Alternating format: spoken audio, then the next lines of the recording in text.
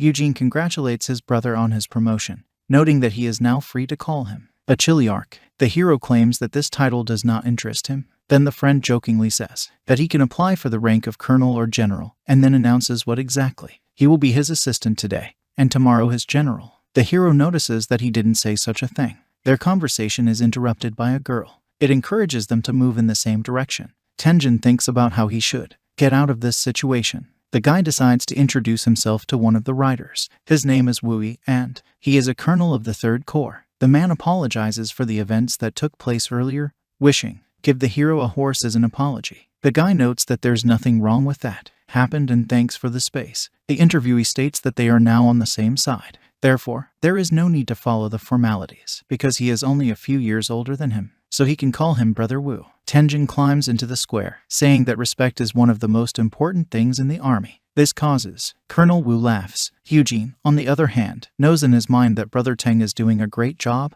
and he's in a good mood. He didn't doubt it. Brother Wu informs them that they will rest in the evening, and then he will be given his badge and a new uniform, and there's nothing he can do about the warriors, because they've lost too many battles. 3rd and the 4th Corps had more than 20,000 warriors, but no one was left. They also had 10 Chiliarchs are at the very beginning of the campaign, but 5 of them are already dead, and 2 more are deadly wounded. Only 3 of them can fight. Now they need more than just Chiliarchs. The colonel points out that, fortunately, both the ladies of dance were unharmed, so now they are being treated to the same treatment. The main task is to protect them. Tenjin falls a little behind the group to call Eugene over, from whom he decides to ask who the ladies of dance are. This causes a stupor in a scientist who does not know what to do. Understands how his brother might not know who they are. Eugene begins to explain. The one who gave him the rank, Wume, General Dance. The other one is the same. This is Wu In, Jin's 2nd daughter. The guy asks his brother to remain vigilant and give them appearances fool themselves, because they are cold-blooded, evil, cruel devils. This surprises Tenjin a little, but he still takes these words into account. Evening comes, and the army sets up camp. Brother Wu comes to the hero's tent, taking his new combat uniform with him and equipment. The guy takes a small sign, realizing that it is his token. Comrades are happy that the general kept his word, which is why Tenjin will now look like a real Chiliarch. The hero decides to find out if he can make Eugene his assistant.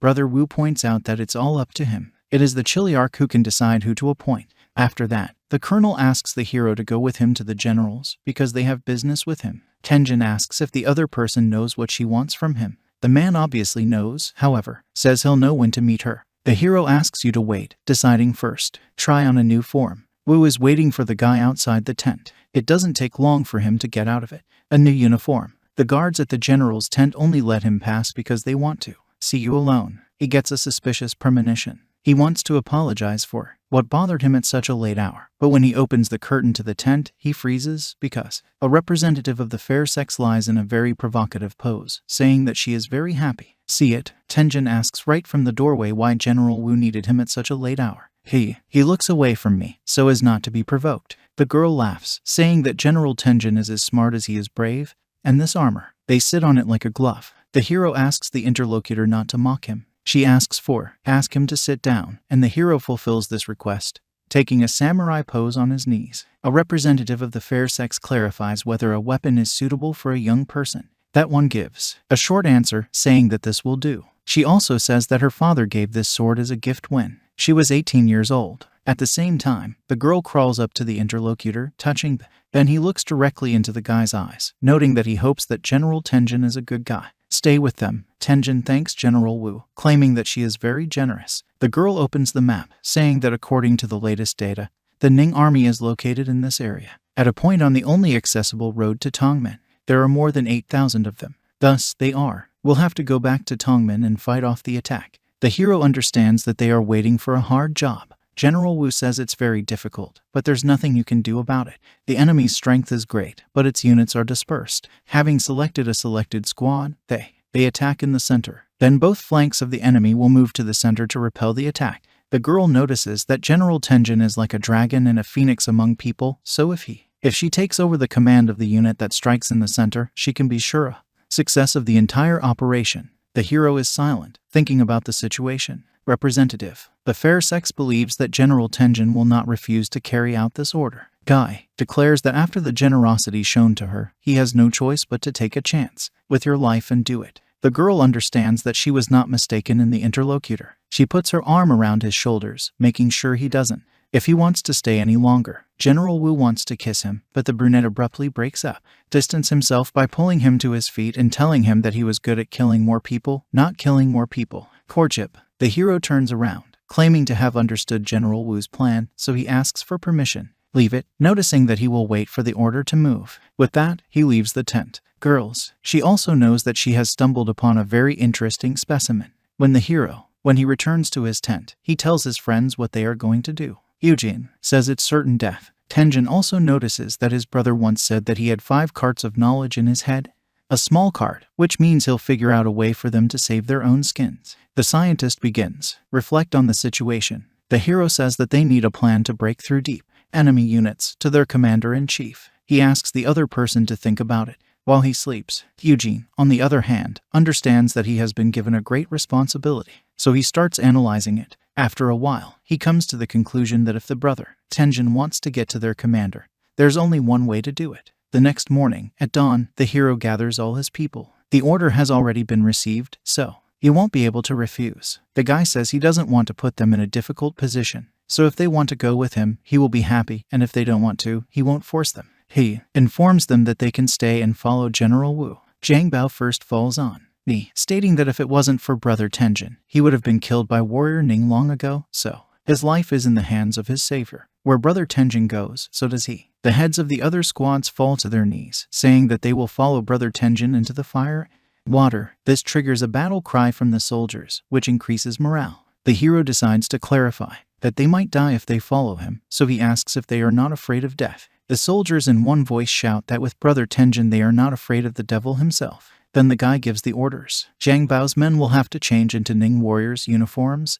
The third squad will pretend to be prisoners. Eugene starts to say something, but the hero interrupts him, noting that this whole thing is extremely dangerous, so his deputy will remain here with the sisters. Wu. He orders the guy not to follow him into the heat of battle. The scientist specifies whether they will see each other. More of them. The brunette admits that he doesn't know, but he will try to come back. There's a man here who brought it to him yesterday. Reports that General Wu is ordering them to move out. The hero commands about the beginning. Operations. Soldiers during the march sing a song. When trouble came to the country, I went to war. I will die with honor or return with glory. At this time, second sister Deng says she doesn't know. Why did my sister choose this person? Because his Reiki is not so powerful. The girl is the same. He claims that he feels that everything will work out for him. The hero puts the point of the sword to the enemy's throat. He doesn't understand what's going on because Tenjin has put his clothes on. Ning's uniform. Everyone else turns around at this sight, and the hostage realizes that they have. A spy appeared in the rear. The guy cuts the enemy soldier's throat without any hesitation. Blood flows freely. One of the soldiers tries to inform the others about the enemy, demanding that they do not let him near them. To the prince, Tenjin also throws a sword at him, which plunges into the mouth, coming out from the back of the head. The man drops dead, and the guy warns that he will kill all those who stand in his way. The soldiers are ordered to kill the impudent man, but the hero calmly moves towards his goal by cutting. An ordinary warrior with his sword appears, a man with a beard and mustache, clad in golden armor. He demands that everyone leave his place. Roads. At the same time, a group of soldiers leading prisoners of war is stopped at the Ning checkpoint. They demand that you let them pass immediately, because this group of Feng prisoners may have important information. The soldier at the gate says that the head of you has just come with news that they will be able to. We'll have to wait. The interviewee states that since such circumstances have developed, they'll wait here. Soldier Ning notices that they are tired, so they can rest, because the head of you, it won't be free for a while yet. This forces a Feng soldier disguised in an enemy uniform tense up and ask why this is. The reason is the prince. Such a display of curiosity makes the guard tense. So he notices that the other person is asking too many questions for an ordinary soldier. At this point, the guy draws his sword. The guy plunges the point of the sword into the soldier's throat, and then uses it as a support too. They could jump on nearby Ning soldiers, one of whom wants to report the enemy, but already it's too late, because his head is flying off his shoulders. The other soldiers step forward, pointing at me. They surround the guy, trying to attack him from a decent distance and at the same time with the help of long spears, but he bends down in time, and then cuts off all of them with a sweeping movement. Opponent's legs. Those present are tense because of such unique skills of the guy. He's taking off his helmet, showing your face. This person turns out to be the hero. Zhang Bao asks Brother Teng, move forward, leaving the rest of the bastards to him. That's what he does. A commotion begins in the inner part of the camp. Higher ranks give orders, strengthen security, because if something happens, they're screwed. Tenjin understands that he needs to go faster, get to the main tent, because his guys won't last long. Then he hears a rustle, sides of the tent entrance. Soldier Ning comes to him and immediately points his sword at him, asking who he was and what he was doing here. The guy claims that the enemy is so strong that he decided to sit out here. Upon hearing this, the interviewee, he screams that he is a pathetic coward and that he will be court-martialed. Tenjin orders him, "Shut up." The hero draws his sword with a quick horizontal swing. The opponent dodges it, bending in time. He then concentrates the energy in his sword and strikes at the enemy, to the spy. But Tenjin dodges in time with a jump to the side. Soldier Ning cuts through the tent fabric. The general of the enemy army decides to find out whether the hero belongs to Feng Lai. The last one is confident, confirms it. Then the enemy, having evaluated the abilities of the guy and realizing that he is not an ordinary soldier, decides to find out his name. Tenjin introduces himself. The man notices that he has never heard this name. After that, the hero decides to find out the name. Your enemy, his name is Yongku. Tenjin responds with the same coin, stating that he has never heard of him. Yongku notices that he has slipped into his army, but now he can't escape. But if he does, if he surrenders now, then there is a chance that he will spare him. The hero declares that everything will be solved in the future, in combat, then adds to it by pointing the sword in the direction of the enemy and saying that there is a lot of excess from it. Noise level. A charge of energy passes through the man's hand, which he releases in the direction of the hero. The same is not. It moves from its place. Tenjin accepts the pressure not for himself, noting his strength. The other soldiers are Ning. They can't move from this pressure. Yongku doesn't wait for the guy to come to his senses and recover. He immediately attacks it. Tenjin manages to completely evade the attack. The enemy's spear stabs him in the side. He clutches at the wound, realizing that the case smells fried. The opponent says that the boy has chosen an enemy that is too tough for him. The hero isn't. I intend to just give up. He throws his sword at the opponent's face. Yongku says that this is a dirty trick, and then breaks the thing flying at him in mid-flight. The weapon is delivered in one precise and quick blow, but the guy is no longer there. On his arm, a tear went off, black fire, and he headed towards the crowd of Ning soldiers that surrounded them. With a few touches, Tenjin burns the carcasses of enemies, restoring his reserve of strength and healing the wound. His eyes change again, turning red with a black iris. The other enemies quickly realize that this is a dark art, noticing that his wounds are completely destroyed. They were healed. Yongku also lashes out at the hero, claiming that he will pay for this with his life. The enemy leader misses. His spear does not find its target, and Tenjin accelerates, killing even more of his soldiers and replenishing their energy reserves. This angers the man, so he lets go. Release your entire aura, covering yourself with a layer of energy. Tenjin feels the danger coming from the enemy. The same one shouts that it is the spear of the Soul Slayer. The next moment, energy arrows start raining down from the sky, killing the soldiers. Ning, the hero, hides behind the carcass of one of them, calmly waiting for this attack. The shelling continues, but the guy doesn't waste any time. He analyzes the situation, noticing that the tent is on the hill directly in front of him. He notices that the guards at the tent are too calm. When their battle is going on nearby, Tenjin understands that there is someone important in the tent. He realizes that Yangku Reiki is beyond his imagination, so he is definitely not a match for him. Here it is. He notices a young man peeking out of the tent, wondering what happened. He also says that he has heard that the killer is in the camp, so it is not clear to him why he has not yet been informed. They brought his head. One of the soldiers, addressing the guy as His Highness, reports that General Yang is currently fighting with the enemy, so he is sure that he will defeat him soon, but he asks the guy to return to the tent. The prince laughs, saying that they have so many warriors on their side, and the enemy is just an ordinary small one, a thief, so he has nothing to fear. At the same time, beauties hang on the guy, and in his hands he holds a golden glass. He orders the guards to disperse so that he can watch it. One of the subordinates again. He says that it is very dangerous, because he has heard that the enemy practices a dark martial art, so he asks him to go back to the tent. This, on the contrary, causes enthusiasm in the prince, because to him, I want to take a look at this dark art. At the same time, the hero continues to reduce. Distance yourself from the prince, killing his soldiers along the way. Tenjin's aura is becoming increasingly sinister. Black fire now envelops all of his bodies, allowing you to move so fast that ordinary soldiers simply cannot oppose anything.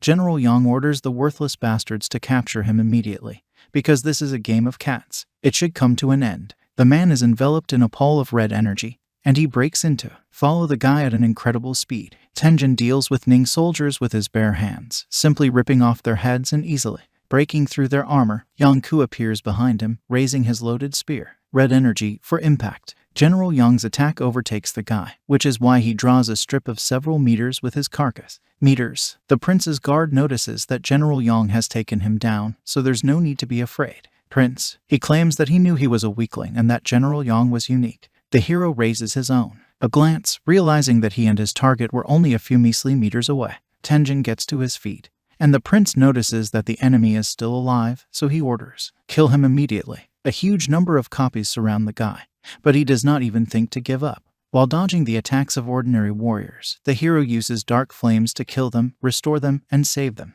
Use your powers and heal your wounds. However, the people who protect the prince are not Bass-Sown. 2. The spears still reach the hero, piercing his stomach. He coughs up blood, then looks up and looks into the prince's eyes, smiling. The latter is annoyed by this, so he screams that he will tear him to pieces. At this point, the hero's aura becomes even more sinister. When the other soldiers are about to stab it from all sides, it disappears, starting with a bullet. Move at breakneck speed. He finds himself standing next to the prince, who drops his phone in shock. Glass. General Yang realizes that he has contacted the assassin in the shadows. He orders to protect the prince, but already, it's late. Tenjin is behind the prince, ready to break his neck at any moment. He orders no one to move, otherwise he will burn the hostage to ashes. Yangku steps forward, declaring that Tom should stop. The hero also notices that if he wants to protect his, then he must first do something for the master. The man orders to say that the guy needs it, and if something happens to his highness, he will kill him. On the hand of General Yang,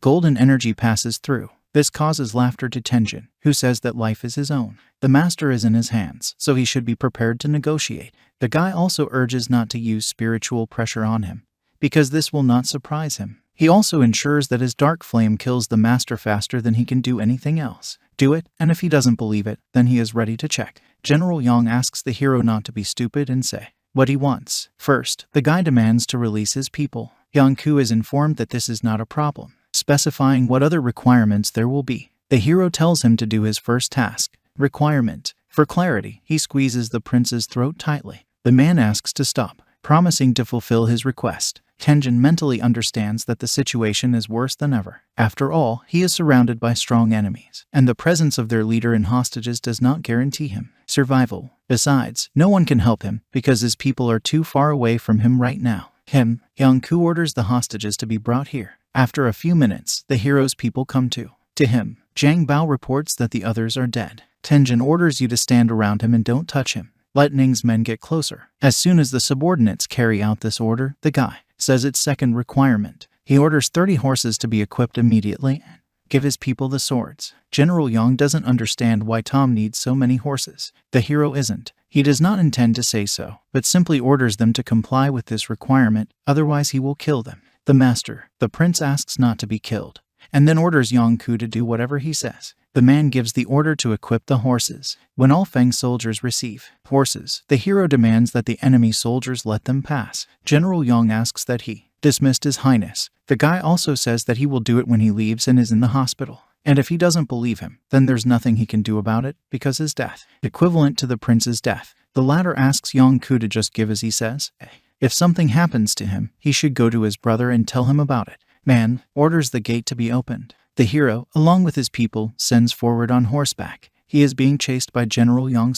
With your own people, the hero demands that he order that no one dares to pursue them. The man tells the interlocutor to release his majesty first. The guy explains that he will only do this after they arrive in Tongmen, and before that, the prince will be with him. Yangku is the same. He says that if he does, he won't let him leave. Tenjin informs his brothers that they are heading to the Ning checkpoint.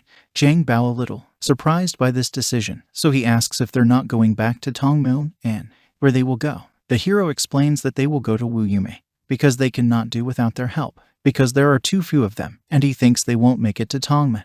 Zhang Bao. He notices that General Wu should have reached the checkpoint by now. General Yang also pursues the hero's squad with several subordinates. He commands them, speed up, because they must save his highness in any way possible. At the same time, someone destroys a soldier's armor in one hit. Tenjin orders his subordinates to stop, because there is a battle ahead. The Feng soldiers are looking at. They are at a loss. Zhang Bao doesn't understand why they look at them like that. Here the hero hears his own name and turns around in the direction of the voice. Wu Mei is walking towards him. He notices that two sisters, at their spiritual level of control, can combine a shield.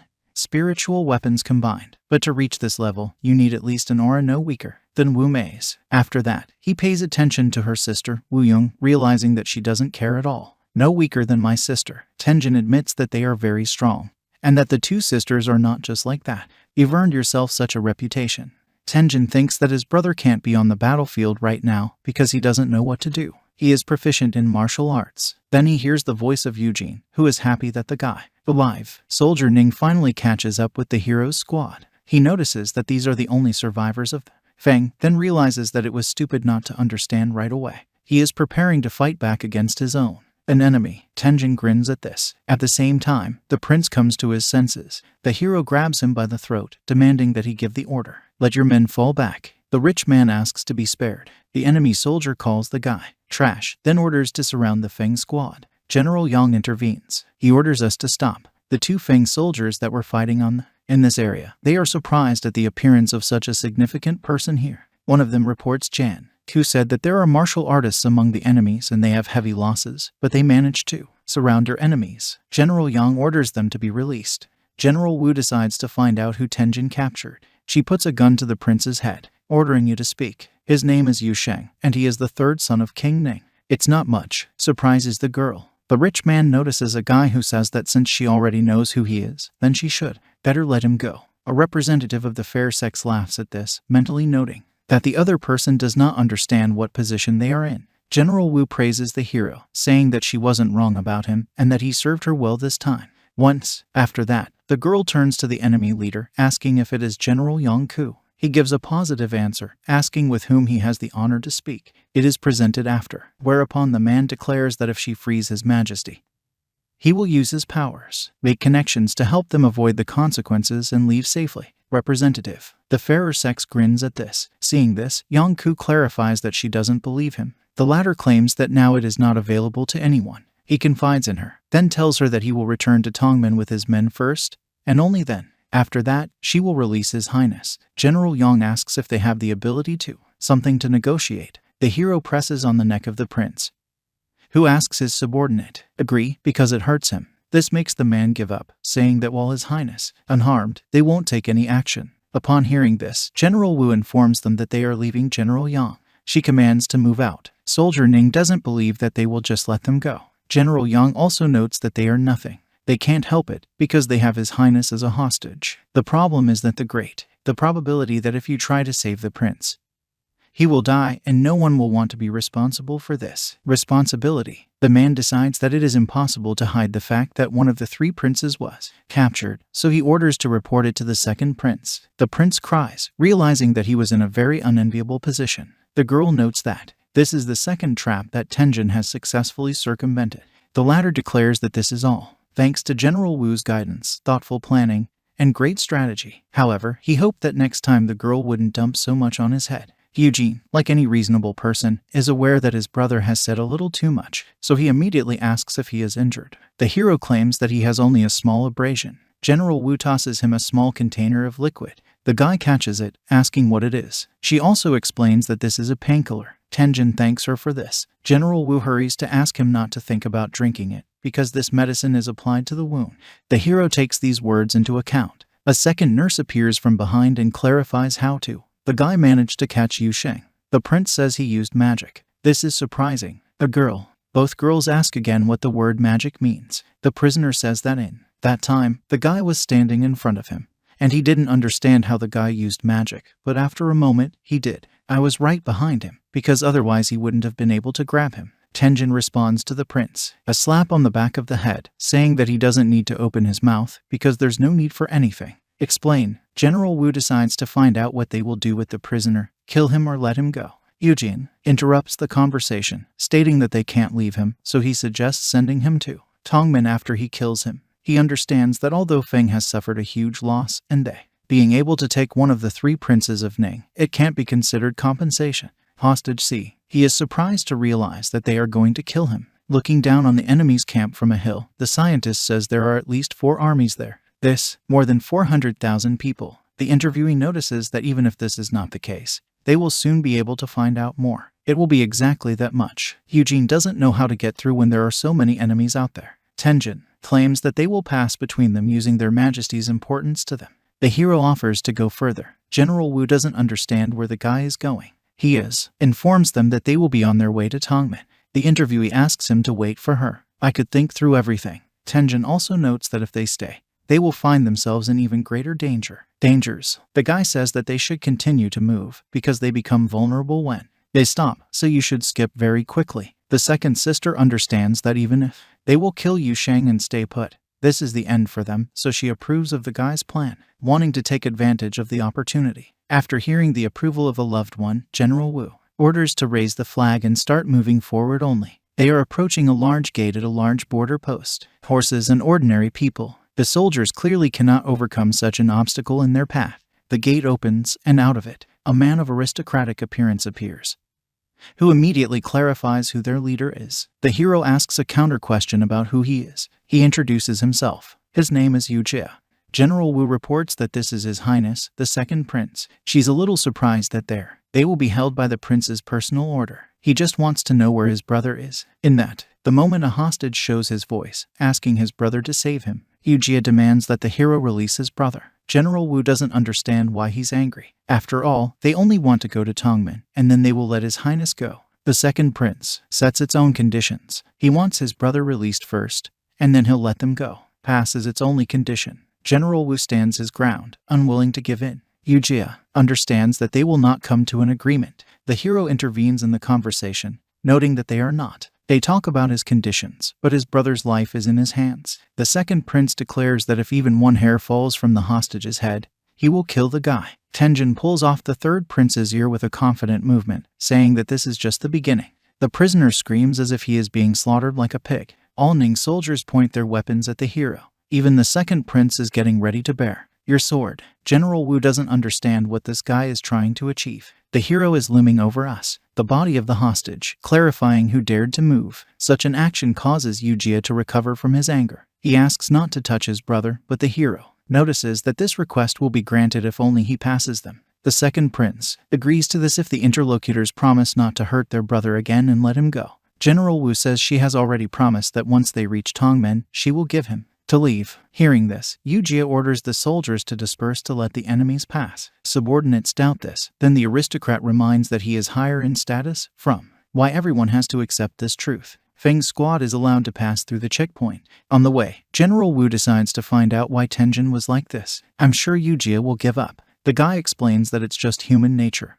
He draws an analogy with the fact that if Wu Ying was in captivity, the interlocutor would have done the same. Hearing this, the leader rushes to find out where the hero's family is now. The guy points to the sky with his finger, and the girl understands that his family is in the sky. The hero is the same, notices it so that it's better not to appear there. General Wu decides to find out what the guy was doing before joining the army. Tenjin gives a simple answer: killed. It's a little unsettling. So the guy explains that this means that he is a murderer. She looks him up and down carefully. Feeling the scrutinizing gaze on him, Tenjin clarifies that he doesn't look like the killer. The girl admits that she can't believe it, because he doesn't seem to. So, she asks if he's a killer. How many lives did he take? The guy replies that countless of them. At this point, the group is approaching the city, the gate to which they're closing it. The second prince orders them to stop, because they promise to let him go. My brother when they get to Tongmen. The hero also says that it is too early for this. Yu Jia rushes to find out what Tenjin is up to, but the latter does not have time to answer Tom, because an arrow is driven into the ground in front of his horse. The archers on the walls say not to come so close. The girl presents, demanding an audience with the local general. A man in a different combat uniform looks out from the wall. The rest of them. General Wu recognizes him as General Zhencheng, whom she interviewed recently. She asks if he recognizes her. When she doesn't get an answer, she asks again if they want to let her and them in. Van notifies that the city gates are already closed, so the only way to get inside is by climbing up ropes that throw the squad off the walls. The Feng soldiers begin to climb up, and the girl decides to find out what the hero is waiting for. Tenjin rushes to find out what they will do with the hostage. General Wu states that there is no point about. Don't worry. She informs one of the soldiers that he can pick it up when they enter the building. City. The hero specifies whether the interlocutor wants to kill him. The girl notices that the guy will not give. The third prince should leave. Tenjin also says that, in his opinion, people should keep their word. The girl does not believe her ears, because Tenjin wants to entrust them to the enemies. This sounds like crazy. She puts her hand on his shoulder, insisting that they won't argue about this, so he needs to follow her. The guy also asks the girl to climb first, and he will stay. A representative of the fair sex does not understand what he wants to do. The hero also notices that if she didn't keep her word, then he couldn't do that. General Wu stresses that Yu Sheng is the Prince of Ning, and that he is their enemy, so they can't let him go. Eugene intervenes in the conversation, saying that the murder of the third Prince Nai, it will not affect anything, and they will only make more evil Nings for themselves, which is not very good for them. Realizing that this is a very good argument, to which she has nothing to answer, the girl reports that this is the last time she follows his advice. The scientist also asks that the brother not join the marriage conflict with General Wu over Yu Sheng. The hero thanks his friend for his help, and then he orders us to climb. A small argument begins between Eugene and Tenjin because the former does not want to leave his brother. 1. The hero declares that if he dies, then he is not to blame. At this point to them, a cavalry detachment is approaching. The second prince asks when they will finally let his brother go. The hero, noticing that almost everything his men are already in, and he throws the hostage at the other man's feet. The second prince is angry at this treatment of his loved one. He takes off 2 guys with their squad. The hero also asks Eugene to hurry up and climb the wall. General Wu commands the archers to shoot in such a way as to protect General Tang. Several arrows hit the second prince's escort, but the latter dodges them. After that, a golden armor of energy appears on it. The third prince intervenes. He asks not to catch up with Tenjin. This surprises my brother a little, which tries the reason for such a request. Then the former hostage explains that let Tenjin in. Hurt him, but he saved him. This confuses him. Intervenes in the conversation. General Yang, who reveals that Wu Mei wanted to kill him, but Tenjin stopped her to save his life. At this moment, the hero had almost reached the walls. While Eugene was climbing up on the ledge itself, the boy, he looked at the Ning people. The second prince stated that the next time they met, one of them would be definitely going to die. General Wu points out that the guy trusts his enemies, but they don't trust him, so he shouldn't do it anymore. Doing something so stupid. The hero notices that he simply does not want his conscience to torment him, and the actions of others are their concern. After that, the girl introduces the guy to the man who let them in. In the city, Eugene says that his brother should be thanked. The girl remembers all of it. He deserved it, knowing that he had behaved very bravely. He caught Yu Sheng, saved her, and saved all of them. She ponders whether there is a suitable reward for him. While she's thinking, the man introduces himself. He is the head of the Guangzhou clan. It states that defending Tongmen and capturing an enemy prince among numerous enemies shows that the guy is a real hero. Tenjin says that he was just very lucky. Interlocutor takes it for modesty. After that, the man turns to General Wu, asking him to enter the hall. For a vacation, after all, she made a very grueling journey. The girl also asks that too. Tired soldiers were also treated accordingly. A representative of the fair sex asks Tenjin to go after her, after which she appeals to General Guangzhou, wanting to learn more about Tongmen. She specifies how many soldiers are there. The man says less than 20,000. Because of the Ning, many men from Tongmen were defeated or missing, so the city is in big trouble. Mei changes the subject, deciding to find out what the other person knows about General Ziyang. The same one tells that Ziyang has returned to Yangcheng with a defeat, which greatly angered the king, because of which the general's life hangs in the balance. This would not only have a bad effect on his entire family in the future, but also not on the Wu family. The girl is the same. She says her family won't be involved. General Wu clarifies whether 10,000 Tongmen soldiers will be able to provide protection, because Ningyi, they are outnumbered, so they can't guarantee victory. For this reason, the girl asks if there will be reinforcements from Yangcheng. The man declares that the king has already sent a corps of soldiers. Mi wondered who was leading them. Their leader is Wang Kai. This is the name. Surprises the fair sex. General Wu notes that if you move quickly, the journey from Yangcheng to Tongmen will take 5 days. Therefore, it can be said that Yangcheng's troops will arrive soon. General Guangzhou states that Liang Kai, it took him 7 days to move, and that he had sent men several times to hurry him, but that he had not been able to do so. Makes excuses and avoids it. It's obvious to the man that the Liang family doesn't want to join the war to save your soldiers. The girl understands that without the support of soldiers, Tongmen will definitely fall. Evening comes. The hero was given a separate room. He hears a knock on the door, and then allows you to log in. Eugene and a middle-aged man enter the room. The scientist explains that General Zhang Zheng sent this doctor to see his brother. Tenjin also notices that he has only minor injuries. Eugene puts the emphasis on the fact that they don't know when the Ning soldiers will surround them, so to his brother, "You should heal your body as soon as possible." The doctor also notes that if minor injuries occur, if injuries are not treated in time, they may soon lead to death. Wise. The person also says that it is better not to act recklessly, because if the wounds worsen, even if they are injured, the general doctor will not be able to cure him. After this, Tenjin simply can't refuse from treatment. When it's all over, he thanks the doctor for his help. Eugene asks for his brother. Listen to what the doctor said about his injuries. Realizing that you need to take care of your health, the hero gives a positive answer. Eugene is the same. Decides to get down to business when the doctor leaves them. It tells that the relationship between General Zhang Zheng and the Wu family aren't exactly natural, so he's afraid that General Zhang Zheng won't go to Yang Chen, and General Wu might risk his life to help him. Tenjin becomes curious about what happened to Yang Cheng and Liang Kai in the past. The scientist is the same. Notices that this is a long story. Feng has 4 houses: Izzy Young's house, Liang's house, Wu's house, and Zhang's house. These 4 houses manage more than half of Feng's strength. The eldest son of the Izzy Young family, Yang Haochun, is the most important.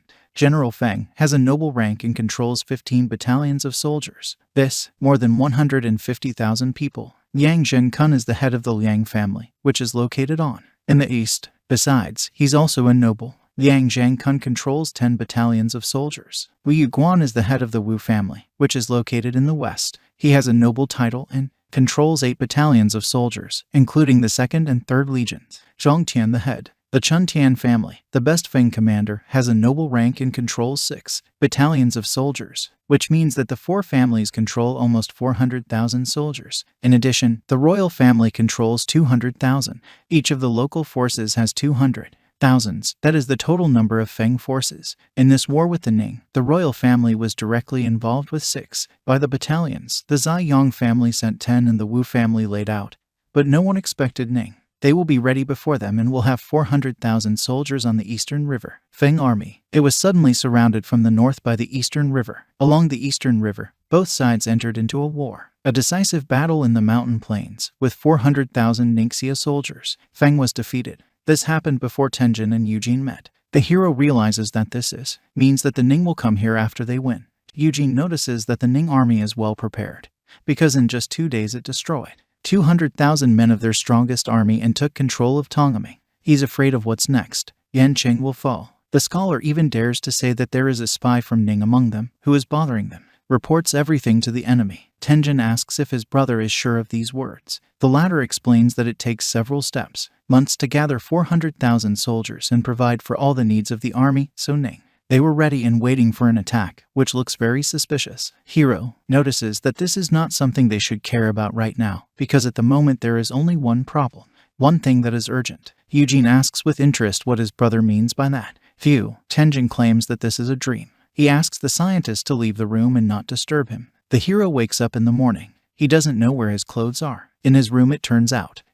She turns out to be Xiao Yu's maid in this building. General Zheng Yizeng has already ordered new clothes and breakfast to make it ready. Tenjin asks the maid to leave her clothes and leave his room. The girl says that she couldn't leave because she'd been told to help him change. The guy is already more aggressive. He demands that she leave the room because he wants to change himself. The maid stops me on the way out of the room, not understanding what I did wrong because I upset the general with something. The hero explains that he just isn't used to it. After that, Xiao Yu is removed. The guy starts to eat when General Wu's voice interrupts him, suggesting that he go to the next meal. Other important things. She puts her hand on his shoulder, insisting that they won't stay in Tongmen for a long time. The girl wants them to go out to the square on the day Yang Cheng arrives. The hero declares that he is not interested in this. Mei also notes that she did not ask for his opinion. The brunette clarifies what she wants. A representative of the fair sex replies that she has come just to say hello. Tenjin mockingly notices that the girl does not show proper respect for her leader. These words make me angry. She draws her sword, holding the blade to her throat. The other person. The hero says that he thinks Miss Wu has no shortage of soldiers. The girl doesn't. Understands what the guy is driving at. The dark-haired man grabs the girl's sword with his chopsticks, saying only one word, friend. This a little surprises the girl, so she rushes to clarify in order to accurately understand the intentions of the guy. If he wants to be her friend. In her mind's eye, Mi is glad that the other person said he wanted to be her friend. At this moment, Tenjin says he can let her be his friend. This makes the girl laugh, so she decides. Find out if the guy knows who she is. The brunette reveals that she is the eldest daughter of the Wu family, one of nobles, and is responsible for the 2nd and 3rd platoons. Guys, let's get 800 likes and I will release a new part. The hero admits that at the moment he has few friends, but he is proud of what they have. He has it, and when one of them faces difficulties, he will always help them and they will do it. Do your best to help him. This kind of relationship is exactly what he can accept. Therefore, he will sincerely help her. He's not someone who can afford to satisfy the desires of others. He wasn't used to listening to someone's orders, especially if it was someone else's. An arrogant person who criticizes everyone and rules unfairly. Mi decides to find out if Eugene is his friend. Tenjin gives a positive answer. The interviewee notices that earlier, when she sent him to the Ning checkpoint as bait, he asked, "Leave it." The hero explains that it was for his protection. The girl claims that she is going to be his friend, but she wants him to promise her something. She wants to occupy his heart, a lot more space than Eugene. The guy looks at the interlocutor with an unreadable look. He clearly doesn't like this attitude. General Wu smiles back. The hero never gives her an answer. After some time between, the two guys start a conversation. The scientist rushes to find out what his brother wants to find in the armory. The store. Tenjin explains that he wants to order a special weapon for himself. It offers the other person should go with him if he is free. Eugene asks what kind of weapon we're talking about, and does it exist in the army? The hero explains that there are no similar weapons that he wants in the game. The army, so he needs to order it. The brothers set out on their journey. Walking through the streets of the city, Eugene asks if his brother has any money. For this, it turns out that the guy was given money by General Wu. The scientist praises the hero for the fact that he can even receive money from the ladies of the Wu family. The same one orders him to be silent. They pass one of the buildings, which Eugene recognizes as a blacksmith shop. Hero comes forward, asking if there is a manager there. A gray-haired man answers his question, smoking a cigarette. His one eye is covered with a blindfold, and one leg and one arm are mechanical. He asks if Sir wants to order a gun. Chapter 1-28. Tenjin throws a bag of money at the blacksmith. The same one, not seeing the object flying at it, catches it. The hero bends over it, showing images of the blade. He is willing to pay all his money, so that the blacksmith can do the job. The old man grins, saying that this weapon looks very unusual, so you will need some time at the ready. Estimating the weight of the bag, he notes that it is quite large, the amount he can live on for the rest of his life, so he will personally let you know when it will finish its work. There's a rumble nearby. Something slammed into the protective wall. Tenjin orders his brother to go for cover because the Ning army has begun a siege and he is going to go check the situation. The Feng soldiers on the walls are suffering greatly from the catapult barrage. The Ning army has come close to the walls of the city. On the surface, it is not just preparing for a siege, but launching a full-scale assault. At the same time, one of the soldiers on the walls informs the others that the enemy has begun a siege, so he calls on archers to prepare their arrows and be ready to dodge the enemy's arrows. The text. At this point, one of the boulders hits the speaker, turning him into a bloodstain. General Guangzhou urges everyone to listen to his orders. He gives the order that the archers, they took their seats. As soon as this happens, he gives the command to start firing. Several hundred arrows are sent out towards the attackers. Some of the catapults got too close, so the Ning soldiers that charge them suffer from the arrows of the defenders of the city. The archers hide, taking a short break. One of the soldiers notices that the number of enemy troops outnumber them, and the enemy is already under the city walls. Indeed, the Ning soldiers are breaking through to the city walls. They've already put up the walls and are climbing the stairs. Nim, intending to break through another bulwark of defense, defenders of the city fiercely. They resist by throwing stones and boulders at the attackers, thereby trying to slow down their rise. The man leading the Ning soldier commands to release arrows. Several dozen arrows. They overtake the defenders of the walls. Seeing this, General Guangzhou urges his subordinates to put on their armor.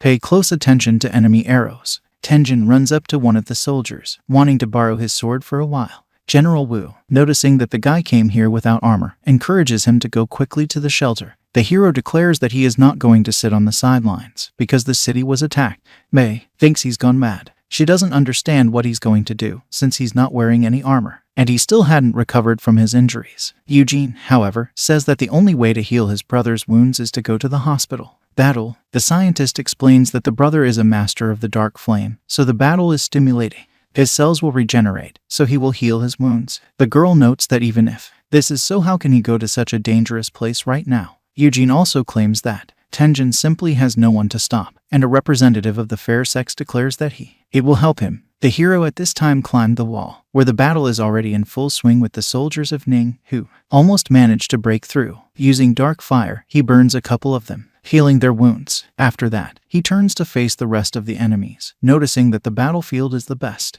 a place for him. The hero breaks forward. On the battlefield, he is free. He can do whatever he likes. Anything. This place is not for good people. Success feels different here. Dealing with enemies. The guy understands that only here he can be so fast, get unlimited power, because he is someone who lives only for and for himself. After using dark fire on the body, the hero decides to try to transfer its power to the sword. His two soldiers attack at once, but with one blow, he cuts their weapons, after which he lengthens them. Blade your own blade with the dark flame. Continuation of the weapon wags from side to side, obeying the will of the owner. Standing on the mountain of enemy corpses, Tenjin takes a deep breath, absorbing more and more energy consumption. The Ning soldiers begin to fear him, calling him a monster. In the next instant, the inevitable happens. The sword in the hero's hands simply turns into an oski, unable to withstand the release of spiritual pressure. Noticing the fallen soldier's weapon nearby, the hero throws it up with a deft movement of his foot. Then he catches it by the handle. The guy notices that now he just has a monstrous volume.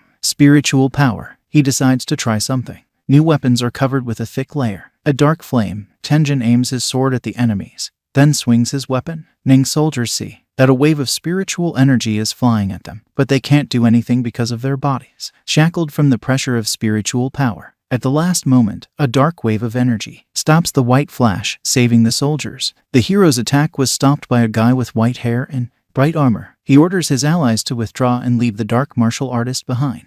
Thank you to him. The opponent's face has a helmet that hides the upper part of it. He recognizes the K-hero as a master. Dark Flame then realizes that he has encountered the same person who wounded the third prince. He takes off, bringing the spear behind his back with the desire to blow off Tenjin's head. The brunette jumps out of the way in time, avoiding the enemy's attack. After that, he will counterattack, taking advantage of the white-haired man's opening. The hero's blade sweeps a couple of centimeters from his face. The enemy, after which the latter goes on the attack. Tenjin parries this attack with his sword covered in dark flames. The white-haired master focuses on the onslaught of the opponent, for which the next moment is paid. Hero, she gives him a kick to the face, forcing him to step back. Soldier Ning slows down his slide with the tip of his spear, then focuses his energy on its tip, extending the weapon towards the sky. The gravitational force lifts cobblestones into the sky.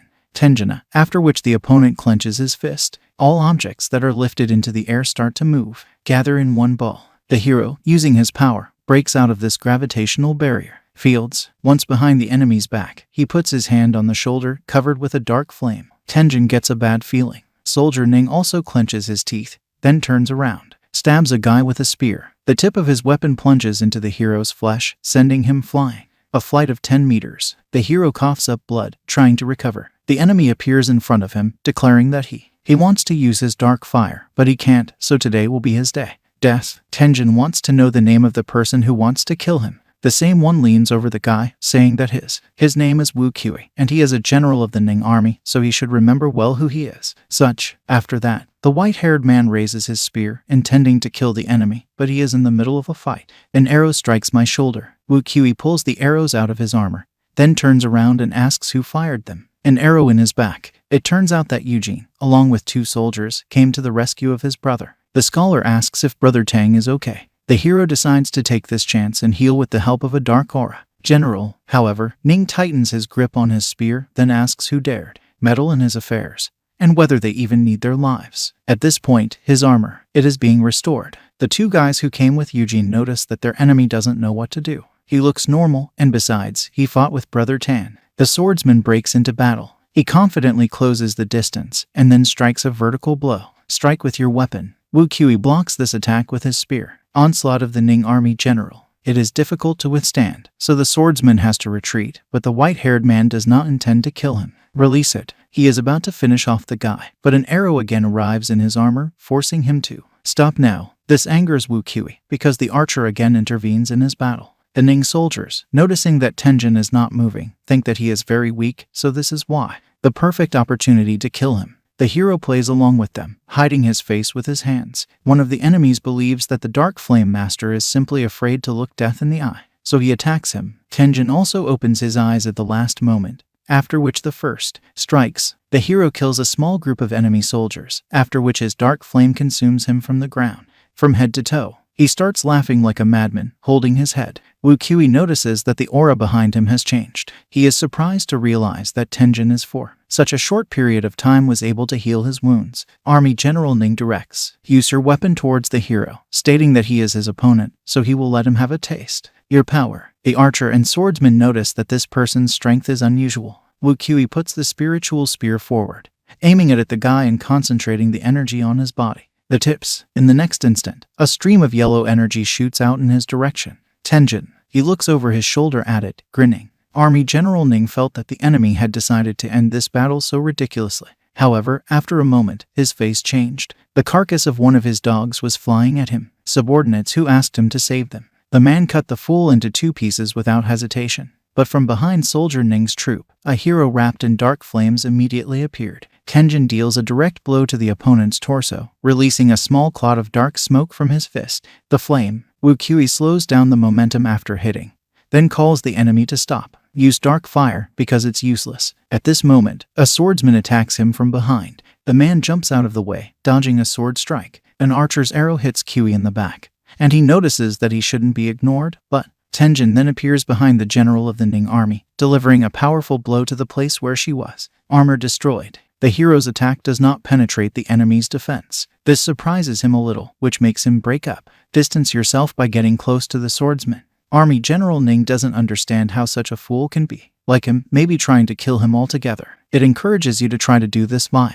10 years of training while swinging your spear and releasing a wave of energy at your enemies. The hero jumps, avoiding the attack, and the swordsman crouches in time. Tenjin decides what is needed. Attack from both sides, so he encourages an ally to attack from the front while he is on his own. Attack from behind. The swordsman takes note of this as he charges forward. Wu Qi also mentally. He notices that the black fire cannot harm him, so Tenjin is not dangerous to him. For this, I think he's going to kill the guy with the sword first. Tenjin quickly analyzes the situation. His enemy's spiritual energy is great, and his defense, it recovers too quickly. The guy with the sword may look strong, but he can be defeated very easily. The hero's dark flame cannot penetrate the enemy's defenses. At the same time, the sword guy's attack is met with another Ning army general's block, which is easy, overpowers his onslaught, making a retaliatory attack and injuring the guy. The hero pays attention to the second ally. He notices that the archer's aura is insignificant, but he is strong because his arrows can break through the enemy's defenses, which is exactly what he is going for. Use it. One of the arrows just goes to the back of Qi,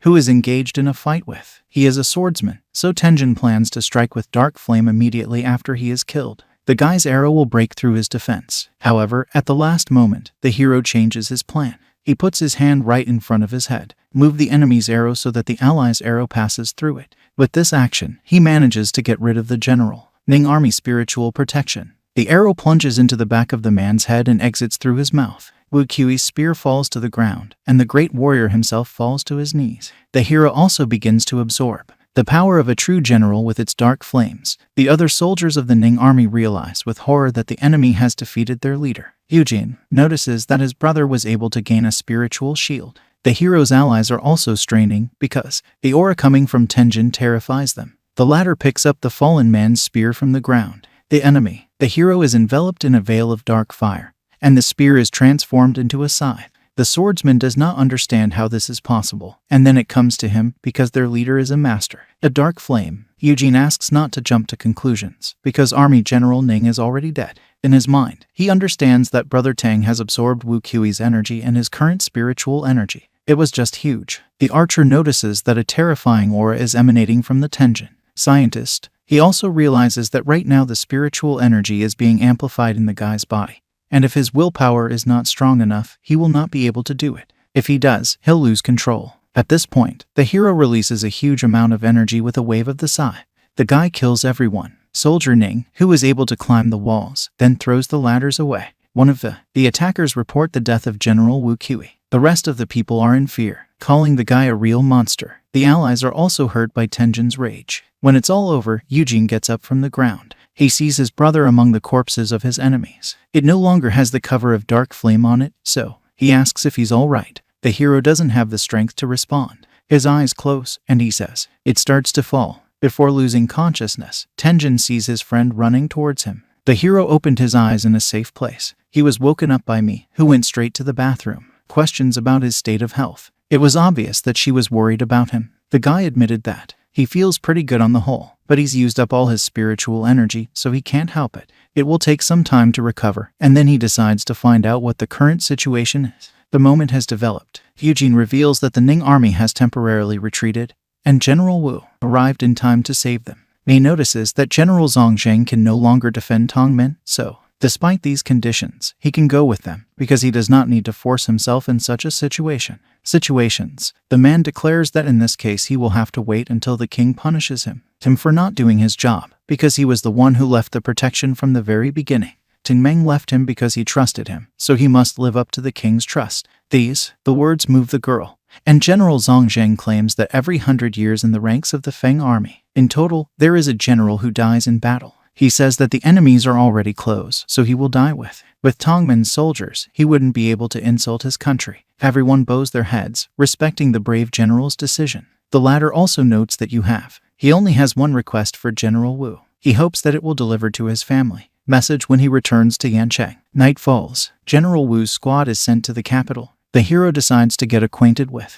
an archer and a swordsman. The first is called Le Tian, and the second is called Gu Yu. He notices that he knows that they are not comfortable right now, but they should not think that it is noble to fight without fear of death. Tenjin emphasizes that there are many people in this world who fight without fear of death. However, to die without meaning is stupid. The martial artist says that death is as heavy as a huge mountain, but during the battle, it is difficult to survive. The deaths of people feel an unprecedented ease, but if they decide to, then it won't stop. He notices that there is a place near Tongmen, so they can go there. The swordsman thanks the leader for this opportunity, realizing that he has managed to convince 2 of his allies.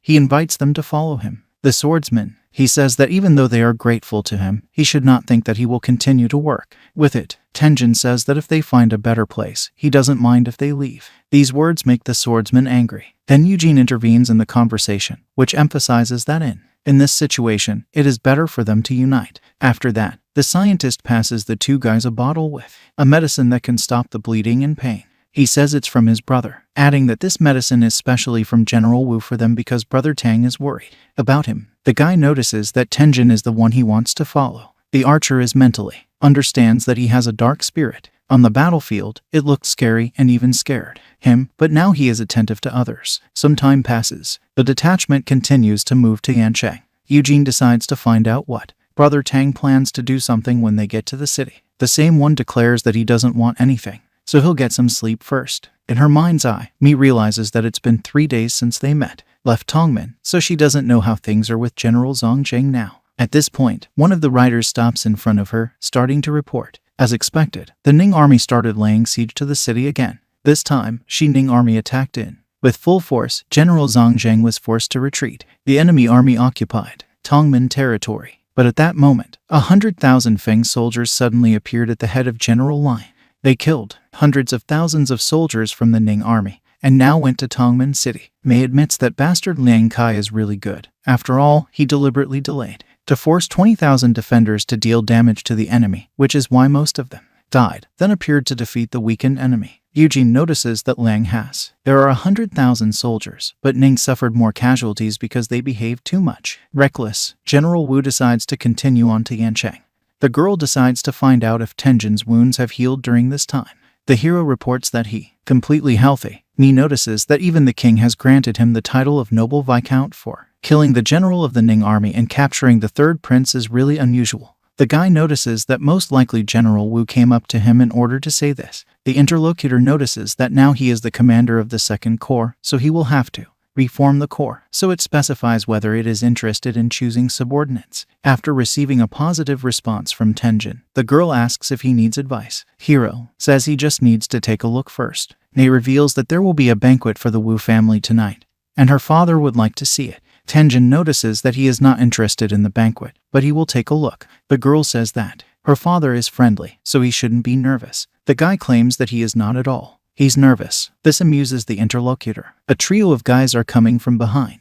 The swordsman decides to find out if there is anything between General Wu and General Tan. Eugene tells him not to think about anything strange, because General Wu just appreciates Brother Tan. The swordsman also notices that their leader uses the power of the dark spirit. The scientist does not understand what is wrong with the dark spirit, and then declares that General Wu appreciates his brother, Tana, as a person. The other person thinks about this, and then the archer asks Gu Yu not to worry about it because it doesn't concern him. The latter, on the contrary, believes that this concerns him because he will work with the general. Tanum, the friend, notices that he accepted this as a fact. Eugene insists that Brother Tang is not. It will disappoint them. The squad passes through the gate, then goes on foot, going to the tent. There are several dozen armored soldiers who greet General Wu with respect. With a bow, the girl points out that they don't have to do this, and then she turns to the hero, informing him that these are candidates from newly recruited soldiers, from which he can choose. Add people to your squad. Tenjin is presented as the commander of the 2nd Infantry Corps, after which announces that he will select several of them today. The recruits did not recognize the hero, because the fame of his achievements has not yet spread around the district. One of the soldiers remarked that he had never heard his name before. Another stated that it looks like too young to be a corps commander. After hearing all this gossip, expressing distrustful of himself, Tenjin decides to clear up the situation by asking everyone if there is anyone who reached the spiritual Yuan level. Those present are surprised by this question, because there aren't many people in the Feng army, so there are no such masters among them. Then the hero asks if someone has a mutated spirit. The expression on the faces of the new recruits makes it clear that no. Then the guy asks those who have reached the spirit of destruction stage before the age of 20 to come forward. 5 years, because during training, only once every 3 or 4 years do they appear forward. 4 people come out. Tenjin states that he chooses them. Mei is hesitant, because as leaders they should have qualifications and be hired by management. She has big doubts. He is dark, claims to take care of the features, so the rest will depend on them. General Wu says that Tenjin can do as he pleases, and can take them as long as he wants. There is a corpus of it. The hero also declares that in just 3 months the 2nd building will return to its original site, previous location. The girl smiles, noticing that she will wait to see it. After that, Tenjin leaves with the new recruits, leaving the fair sex in a state of disarray. The tent, because she has something to finish. Returning to his house, the hero asks the 4 to introduce themselves. New recruits have the following names: Lai Wai, Liu Zongxing, Chen Fan, Ai Jia. The guy notices that the last one is girl. The trio of new recruits are amazed at this, because they thought she was a guy, so they ask, why didn't she tell them she was a girl? The latter appeals to General Tang not to, understanding why he'd even asked. Tenjin also says that he does not care, a man, she or a woman, and if she's not as good as the others, he'll just replace her. Ai Jia, I like this approach, when it is treated the same as everyone else. This answer pleases the hero, so he says that it should be the best for him, after which he is aware of his principle: the strongest survives and weaklings die. New recruits incline heads, declaring that they will do whatever it takes. Tenjin says that in the future they will be his trusted assistants, so he appoints Gu Yu as the first commander of the 2nd Corps. This assignment strikes a swordsman to the core. Seeing the hesitation in the eyes of the subordinate, the hero clarifies whether he agrees to this position. Guy immediately shows respect, thanking General Tang for such an honor and agreeing to this one. The hero continues to issue an assignment. This way, Le Tian will be the 2nd in command, Lai Wai will be 3rd, Liu Zong will be 4th, Chen Fang will be 5th, Ai Jia will be 6th, and Eugene will be his son. Deputy. The scientist mentally rejoices so much that he freezes for a few moments, after which he bows to his brother, thanking him for such a position. Tenjin notes to himself that only thanks to him, he now has an army. In the evening, the 2 brothers go to a banquet. Eugene reveals that the Wu family is on the front line. However, the hero notices that there are quite a lot of people here. Scholar Yi recalls that the Wu family, one of the 4 noble families in Feng, so most of the visitors came because of them. Forces. Tenjin is amused that in the capital they calmly arrange a banquet for the entire corps. At the entrance, the friends are stopped by a guard, demanding to show an invitation. Ni comes out to them, claiming they were her guests. The guards are a little surprised by this development, so they beg my lady's pardon, remarking that they did not know. The girl asks the hero to go inside with her. Tenjin asks her not to worry about it, calling her a friend. This my lady. The interlocutor notes that today the hero speaks very beautifully. When is Trinity? As he enters the banquet hall, many of the guests bow their heads, greeting Wu Mei with respect. Tenjin says it's very popular. General Wu nervously replies that this is normal, after which she leads the boy to her father. Approaching an older man with a beard and mustache, the girl draws his attention to herself, after which represents General Tang. The guy, realizing that he is referring to the head of the Wu family, bows his head in a respectful bow, expressing my deepest respect. The man notices that General Tang doesn't seem to be at all familiar, such as they say about him, because he is a person who naturally attracts attention. The guy says he doesn't deserve such praise. The leader of the Wu family states that if General Tang didn't show up, then his daughter was still in prison, trapped. The guy claims that it's all thanks to General Wu's plan, which he just carried out. Mi knows in her mind that he's still upset because she made him a decoy. The interlocutor also notices that Tenjin is so young, but at the same time very modest. And this is really true, a rarity in their time. The guy replies that he was just following orders. The head of the Wu family requests, so that General Tang wouldn't be so formal. He asks for forgiveness because he needs to leave early, and if the boy needs anything, all he has to do is tell the servants. Tenjin accepts it. As her father leaves, Mi turns to the boy, determined to find out what he meant by that. He says he was just praising her. The girl notices that the interlocutor believes that she. Funny, the hero notices that it was she who said this, and not he. Mi calls him an idiot. Then Tenjin starts laughing. When the two brothers return home, Eugene shares his thoughts, saying that he thinks that Brother Tang shouldn't be too close to Wu Mei. The hero decides to find out what the other person has in mind. Hugh, the scientist, says that Wu Mei is noble and beautiful, and if he gets too close to her, then people can get jealous and a disaster can happen. Tenjin asks what should he do if he wants her to be his, and then asks another question, what's his name? A woman can allow others to interfere in their relationship. After hearing this, Eugene he asks his brother to be careful. The hero understands everything perfectly. Morning comes. The hero gathers his people around him. He narrates that General Wu chose 4 people with experience, and if they have ideas for rebuilding the building, then they should put forward your own assumptions. A guy steps forward. He claims that everything is very organized. Good. Tenjin also notes that he will not ask for the training of new recruits, but he wants to, so that soldiers can ride horses and practice archery. General Tang asks if they can do it. The subordinate considers this inappropriate, because he does not understand why the 2nd Infantry Corps should be taught similar things. The hero emphasizes that he only asked if he could do it, or not. Tenjin says that if none of them can, then there is no need for them to stay in his house. The building. Recruits bow their heads in respect, knowing they have no other options. The experienced soldiers thought that he just got a place depending on his relationship with Wu Mei. Another believes that the recruits will escape in a few days. Only one thinks that once the leader, if he says so, then they should do what he wants. The 4 simultaneously declare that they will obey the general's orders. After this conversation, the hero went to see Mei. The other one couldn't believe her ears, not understanding. Why does her friend need 10,000 horses? So she decides to find out what he's up to. The same explains that he wants to conduct horse riding training. The girl perceives these words as if the guy decided to switch from the infantry corps to the knight corps, which she can't handle. To agree, Tenjin notes that he simply asked if she could give him horses. General Wu is trying to figure out why they need to ride. The hero decides to explain his plan. He comes in from a distance, asking if she knows what scares the knight. After receiving a negative response, the guy goes on to say that only the knight is aware of his weakness, so he won't know how to react when encountering enemy knights on the battlefield. The girl notices that this should be a big problem. Tenjin also emphasizes that apparently Miss Wu told him, doesn't trust me. The hero starts to leave, but the girl asks him to wait, saying that he will get 10,000 rubles. Horses are too difficult, but she can only provide 5,000.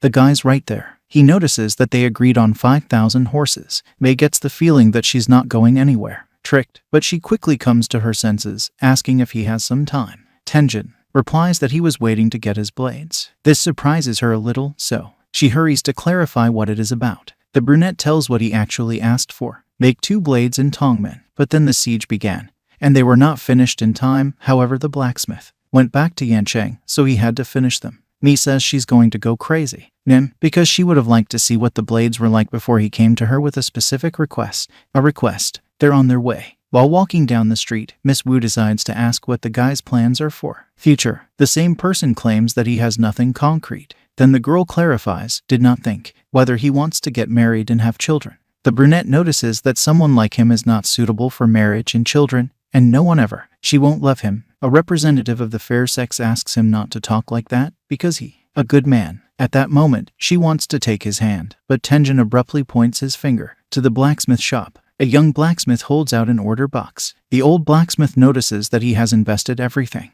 Use your skills to craft these blades. The hero opens the box and a smile appears on his face. He pulls out both blades, feeling that they are very good. The old man asks the employer to try out the blade. He throws a rock in his direction. Tenjin covers the blades with dark flames, and then with a single swipe cuts through the flying sword. Object May also realizes that this stage is a mutation of spiritual energy, and that the guy's strength is incredible. Tenjin sends a dense stream of energy through the blades. Their blades are drawn out, after which it connects their handles, transforming the blades into a spear. This demonstration amazes the smiths. Miss Wu asks how he was able to do this. The hero extinguishes the flame, returning the weapon to its original state. Initial state in 2 blades. He clarifies what she means. The girl explains that it's about the mutation stage of spiritual energy. The guy thinks that it doesn't matter, because he has excellent control over his spiritual life. Energy. He puts his blades back in their scabbards, after which May suggests that he go home. He also notes that he can't find any reasons why his skills are getting better and better. They are developing faster and faster. Tenjin thanks the blacksmiths for their work.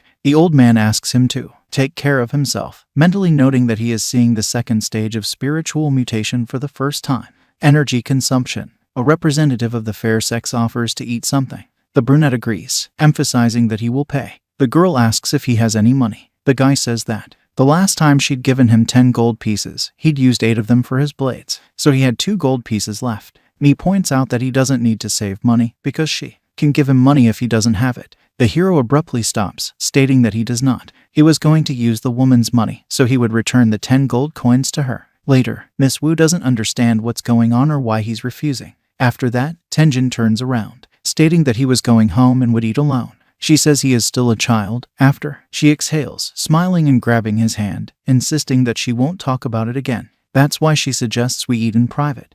The events unfold in the official residence of Tenjin. The hero adjusts his armor. When his friends approach him, he doesn't understand why they're still here today. Holiday. The hero also decides to find out if they feel tired after training for a long time. Half a month. The swordsman states that he is still weak. As long as he is able to follow Brother Tan, he is confident that he will be able to become stronger than ordinary soldiers. So he believes that this training makes him stronger. The basis of sustainable development. He also apologizes if they bother him. Tenjin also notes that they do a lot of work for it and also they are willing to learn. It basically needs to perform as a mentor, so there is no need to apologize because compared to the usual during the day, there is no need to put in much effort today. Archer and swordsman fall to their knees, asking them to teach new things. 2 guys simultaneously attack the hero from the back. Eugene watches from the sidelines. He, totally relaxed. Tenjin doesn't move from his seat. When the blows are almost upon him, it just disappears, moving at such a speed that it leaves its image blurry from the impact of the students. The swordsman requires repetition.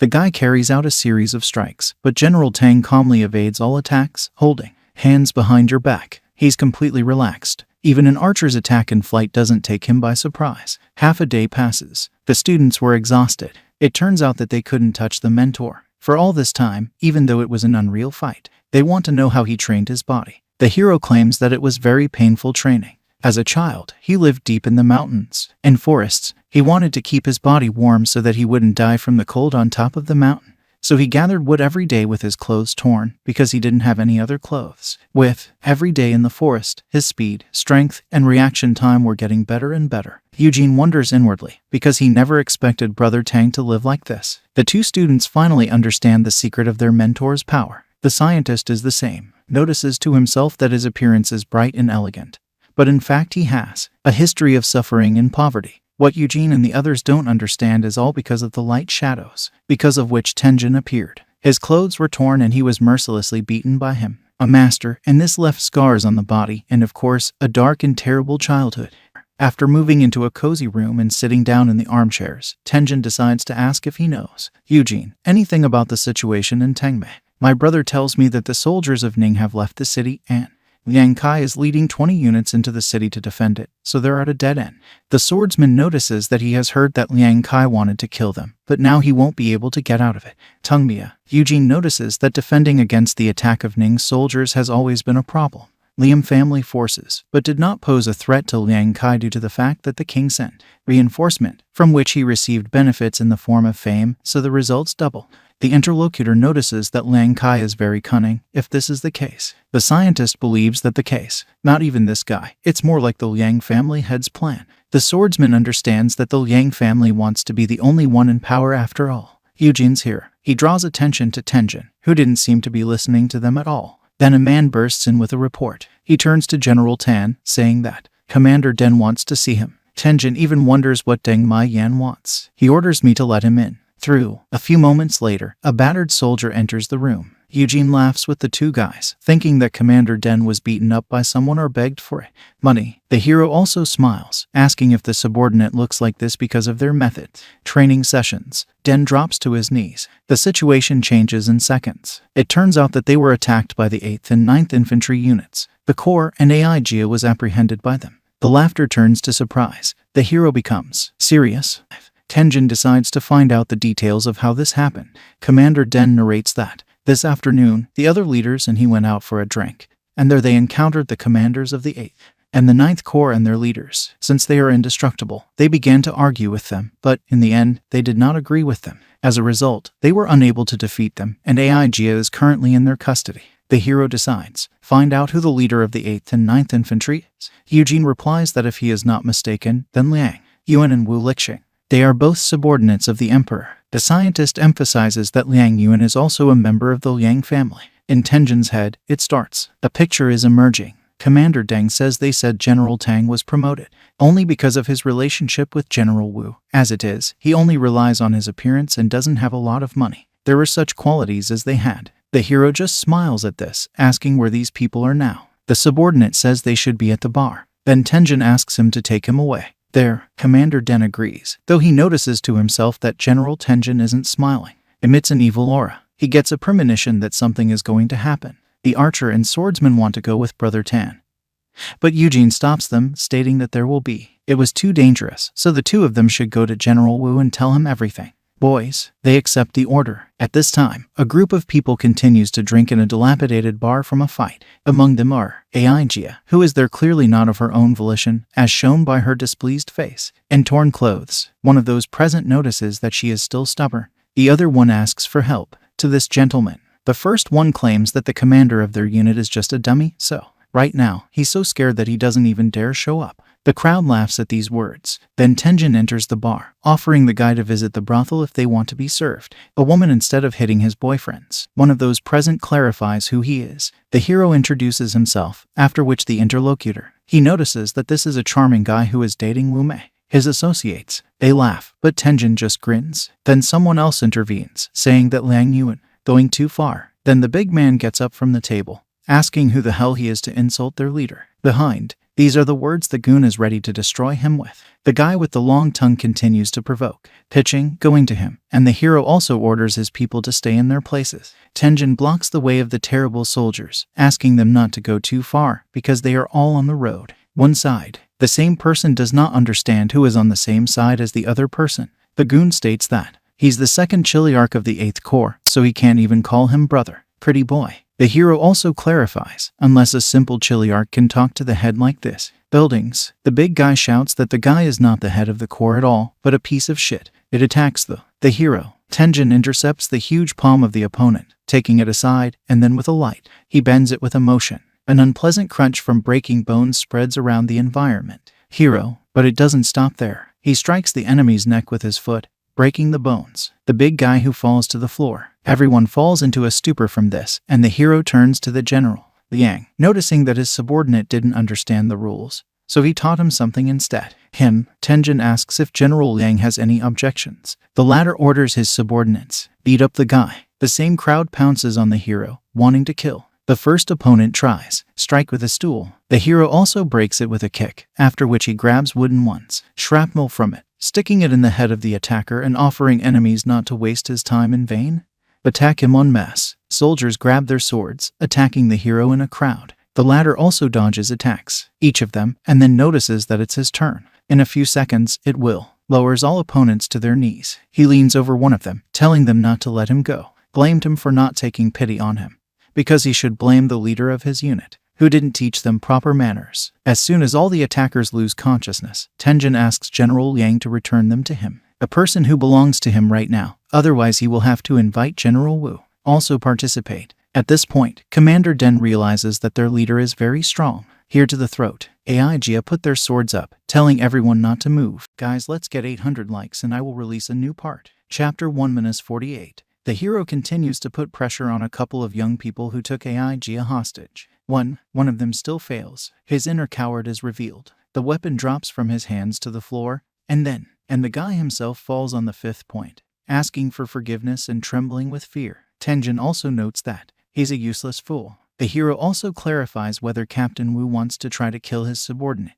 Of course that one. He is very tense, fearing for his life. Tenjin calmly approaches him and pulls the blade away, a sword from the throat of a subordinate, asking her to step aside. Aijia nods as he obeys the order. Captain Wu also asks what else the hero needs from him because they have already released the girl. Tenjin, however, he notices that no matter how skilled he is, he won't have the strength to defeat him. Therefore, he has no choice but to use spiritual martial arts. The obvious provocation angers Captain Wu. Eugene also realizes that this has gone too far, and his brother wants to get their power. Hero, he licks his lips, not understanding what the other person is waiting for because he wants to kill him. Captain Wu, he bows his head, trembling with suppressed anger and fear. After that, Tenjin addresses all of Captain Wu's subordinates, calling them brainless and stupid, provoking a fight. It really works. Others attack him. Someone even uses her own spiritual martial arts. The scientist gets nervous, but the hero does the opposite. He rejoices in what is happening, releasing his sinister aura. Tenjin pulls out his blades, waiting for the enemy to attack. Weapons are covered with a dense layer of dark fire. The soldiers would have died if it hadn't been for me,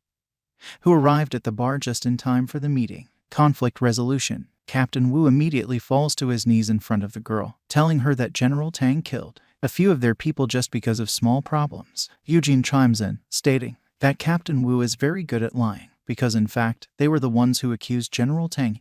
They attacked first. The scientist also notes that they used weapons and combat skills until General Tang was only defending himself, and they came here because they were harassing their man. Captain Wu tries to find an excuse. At the same time, the second captain is shaking from the experience, terrified, unable to utter a single word. Mi is informed that she will sort this out, so they need to leave, and if she finds out about another group battle or the use of combat skills, then they will be severely punished. Tenjin just starts walking away. Eugene asks him to wait, after which he tells Miss Wu that they'll be the first to leave. She sighs heavily, realizing that now she will have to deal with this situation. Porridge, one of the captains, decided to complain to his uncle, thinking that he should stand up for him. After all, Tenjin had killed 4 of his nephew's subordinates. The man also notices that a relative turned out to be an irresponsible leader because he watched how they killed him. A subordinate in front of him. The guy tries to justify himself, but gets a powerful beam from the clan leader who calls him useless trash because he started the job without even studying the opponent.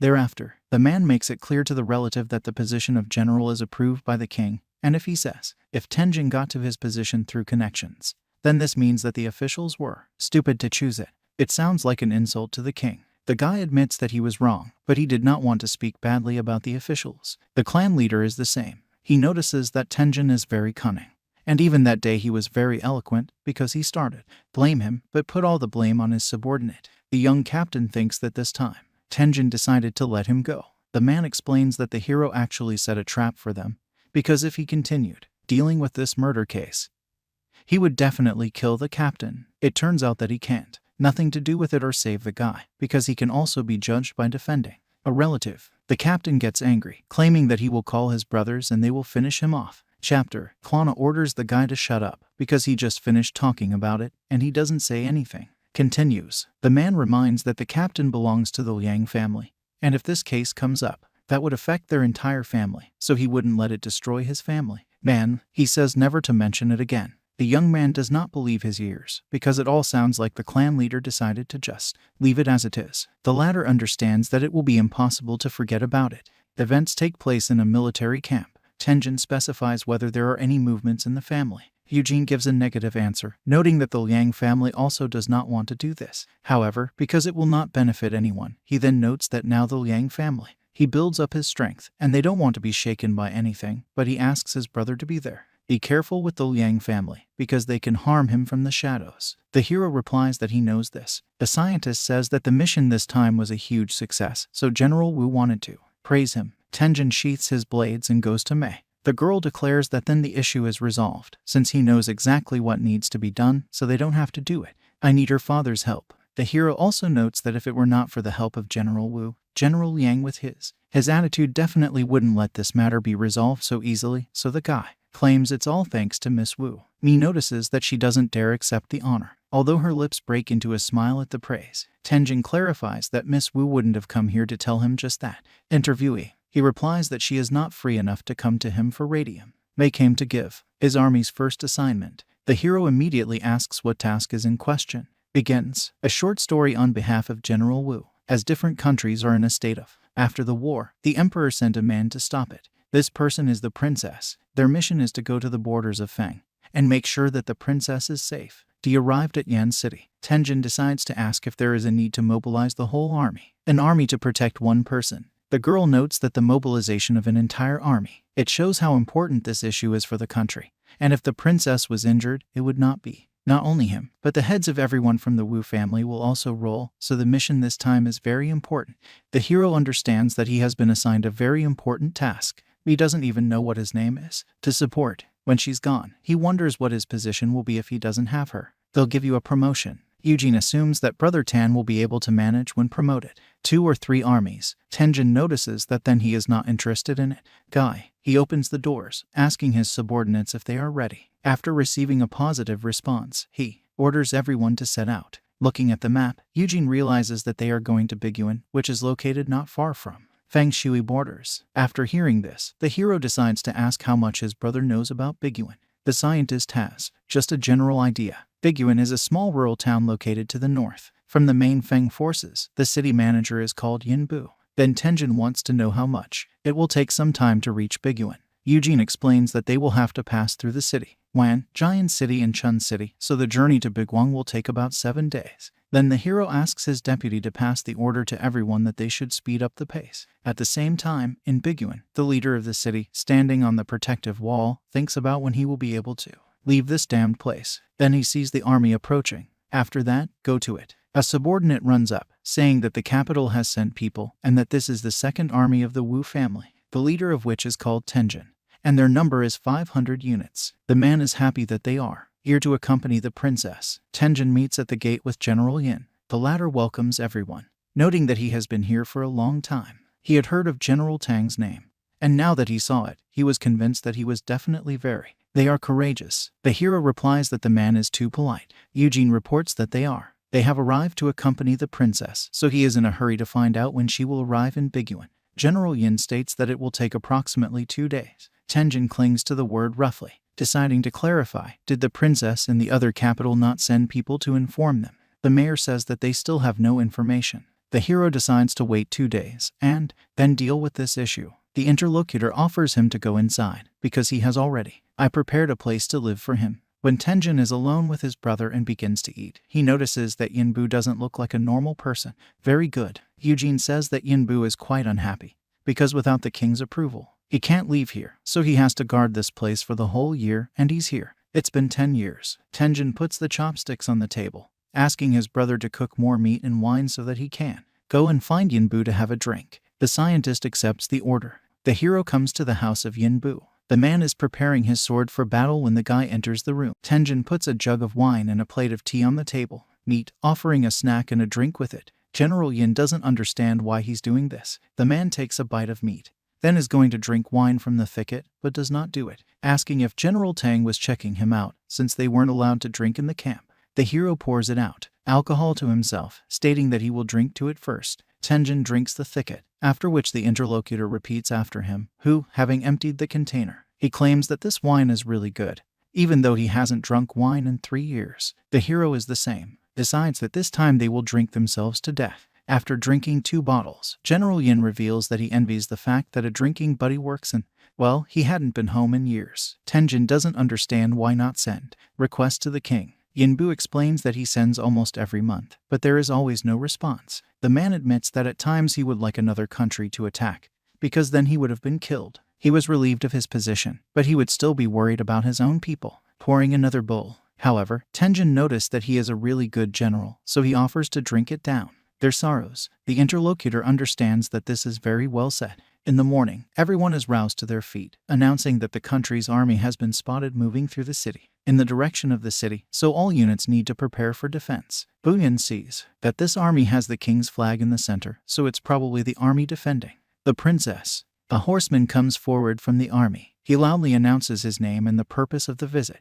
This is General Liu Gan from the land of Mo. He is accompanying the princess here, so he asks their general to come out to them for a conversation. Tenjin says that he will go out and meet the princess himself, and General Yin should stay ready. The latter takes note of this, asking the guy below to wait a bit. He clicks nervously at this, but he has nothing to do. The gate opens, after which the hero comes out of the city on a horse on the bridge. With it, a small group of subordinates is moving.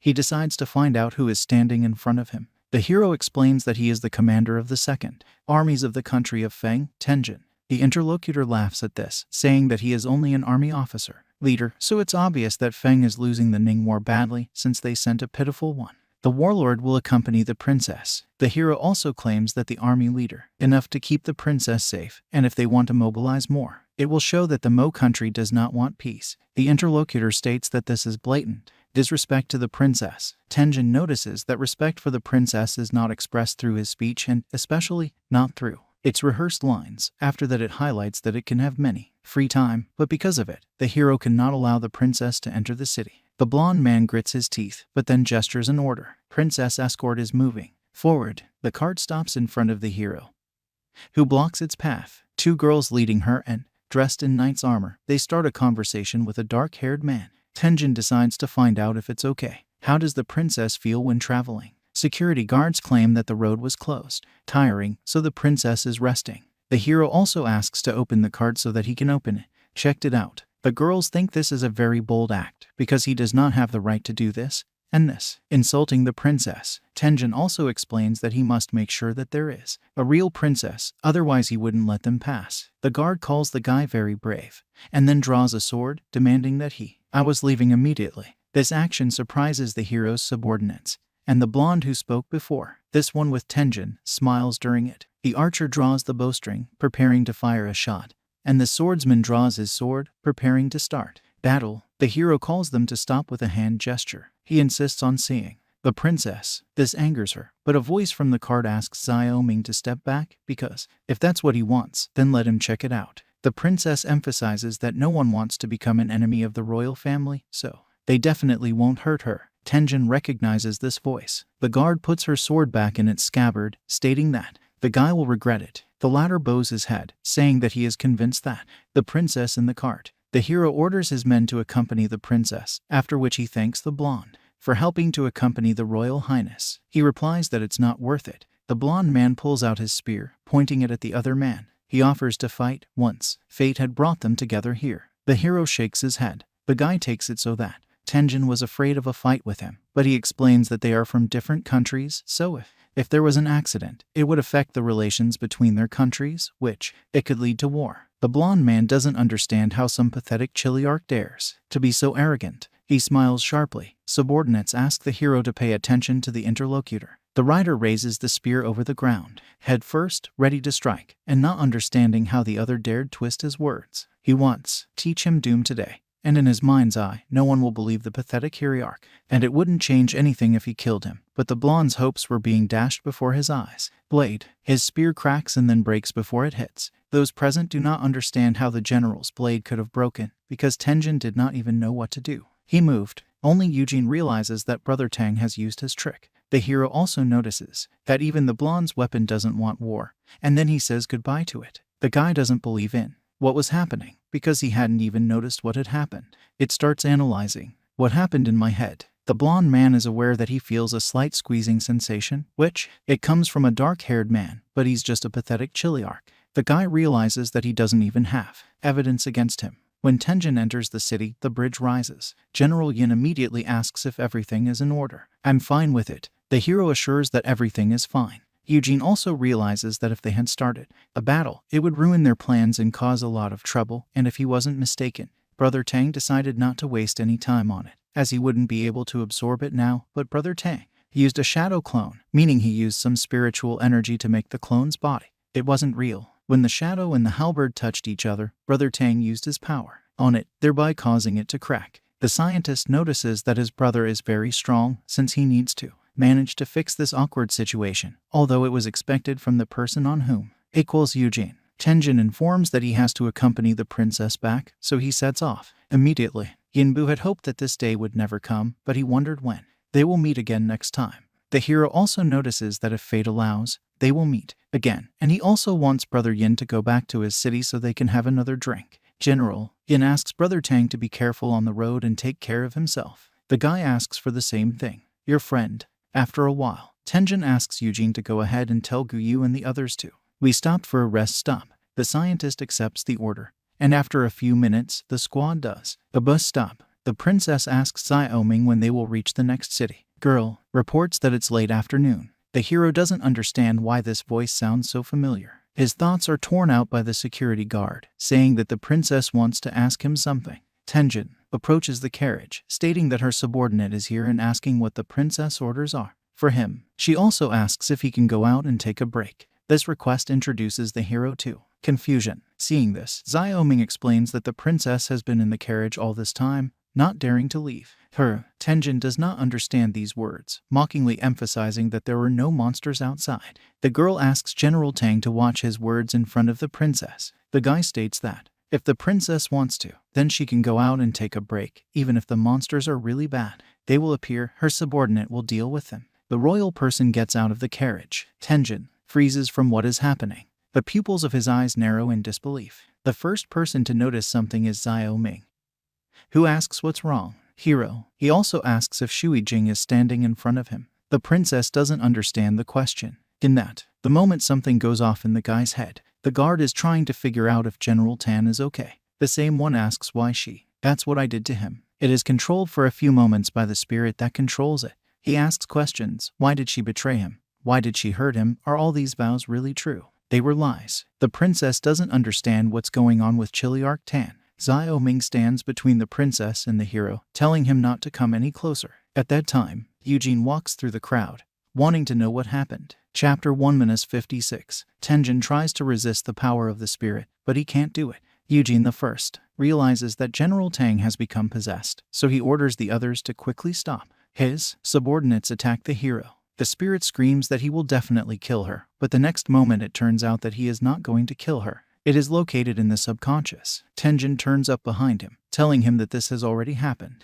500 years ago, so the feud between them was already over, and Shui Jing and Xuanzhen had already. The hero admits that he hates his attempts to influence him, because he just a memory, so it will no longer obey it. Tenjin covers his hand with dark flames, and then stabs the spirit, which dissolves after that. At this time, the crowd piled on top of their leader. Eugene commands them, calling to stop Chiliarch Tang. A powerful burst of energy throws everyone present in different directions. The hero gets up on his feet. Legs. Xiaoming is surprised by what just happened. The scientist tries to justify himself by saying, "What is it? Accident." Tenjin falls to one knee, asking the princess not to take it personally. What just happened? She accepts this, claiming that everything is fine. Tenjin is about to leave, but the princess wants to know who Shui Jing is for the Chiliarch. Tenjin, the hero declares that they can consider him a beloved woman.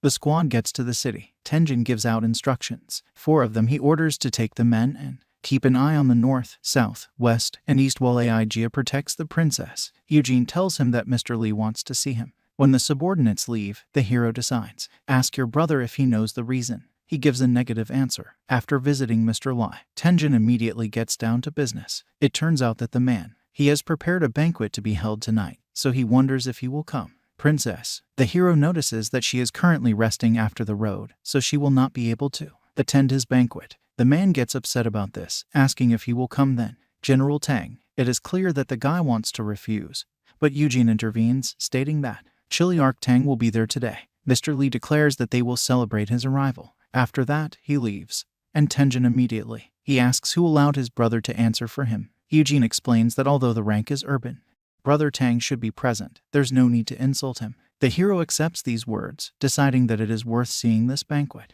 Evening comes. Eugene, he waits for his friend at the entrance to his room, noting that it's almost time for the banquet. Tenjin exits from his room in luxurious clothes. The brothers go to a banquet. At the same time, a squad of people. The masked man notices that the man named Tenjin is gone. They're going to take advantage of this. For now, Tenjin decides to step aside to take a break from the formal event that is currently taking place. Much to his annoyance, Eugene answers the guests' questions. All questions relate to the princess. What's interesting is what she looks like, how she behaves, and what she looks like when she talks. Scientist. She puts everything on the shelves, telling us that Her Majesty speaks innocently and elegantly. Leads. He behaves politely and intelligently, and communicates courteously. The hero is glad that a friend helps him with this, but at heart, his alarm appeared. He begins to guess what might be causing this. At the same time, a masked man attacks Wen Chenxin. He uses the spiritual, a martial art of quickly and effortlessly removing guards. Xiao Ming orders to protect the princess. Another attacker notices that such garbage is not even worth the effort. Have to. He stretches out a hand covered in spiritual energy, declaring that they will all die. Today, the armored soldiers step back. One of the soldiers flies out of the window. At the same time, the first assassin counts the number of people he has killed.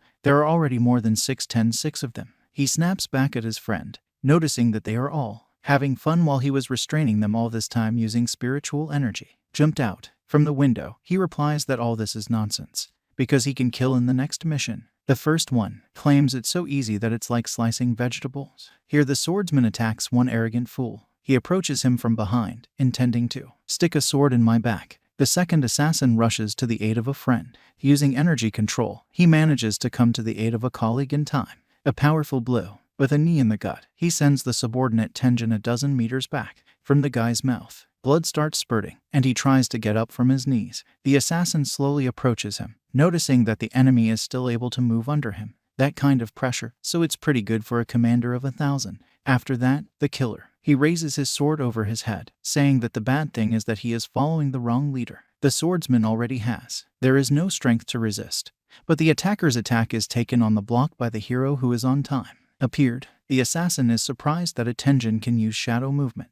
Tenjin does not stand still, waiting for the enemy to attack. He immediately throws a kick, forcing the opponent to stop him. The assassin must retreat. The attack passes close to the enemy's head, but the hero takes advantage of this by sending a message. The last one to fly. The carcass of a friend knocks down the second attacker. The pressure of spiritual energy decreases. The soldiers feel it, because now they can do a little more. Move. One of the assassins reports that he will no longer be able to restrain them with his energy. He wants to tell the leader about what happened, but Tenjin interrupts him, ordering him to go to the police station. Ai Jai is with her to protect the princess if he can move, and he'll sort it out here. The swordsman accepts the boss's order. At the same time, one of the assassins offers to kill the hero. Together, he is stopped by a friend, demanding to use spiritual pressure again. It turns out that the attacker decided to deal with Tenjin alone, only asking his comrades help him control his spiritual pressure. Masochist sends several waves to the hero. Spiritual energy with a swing of your sword.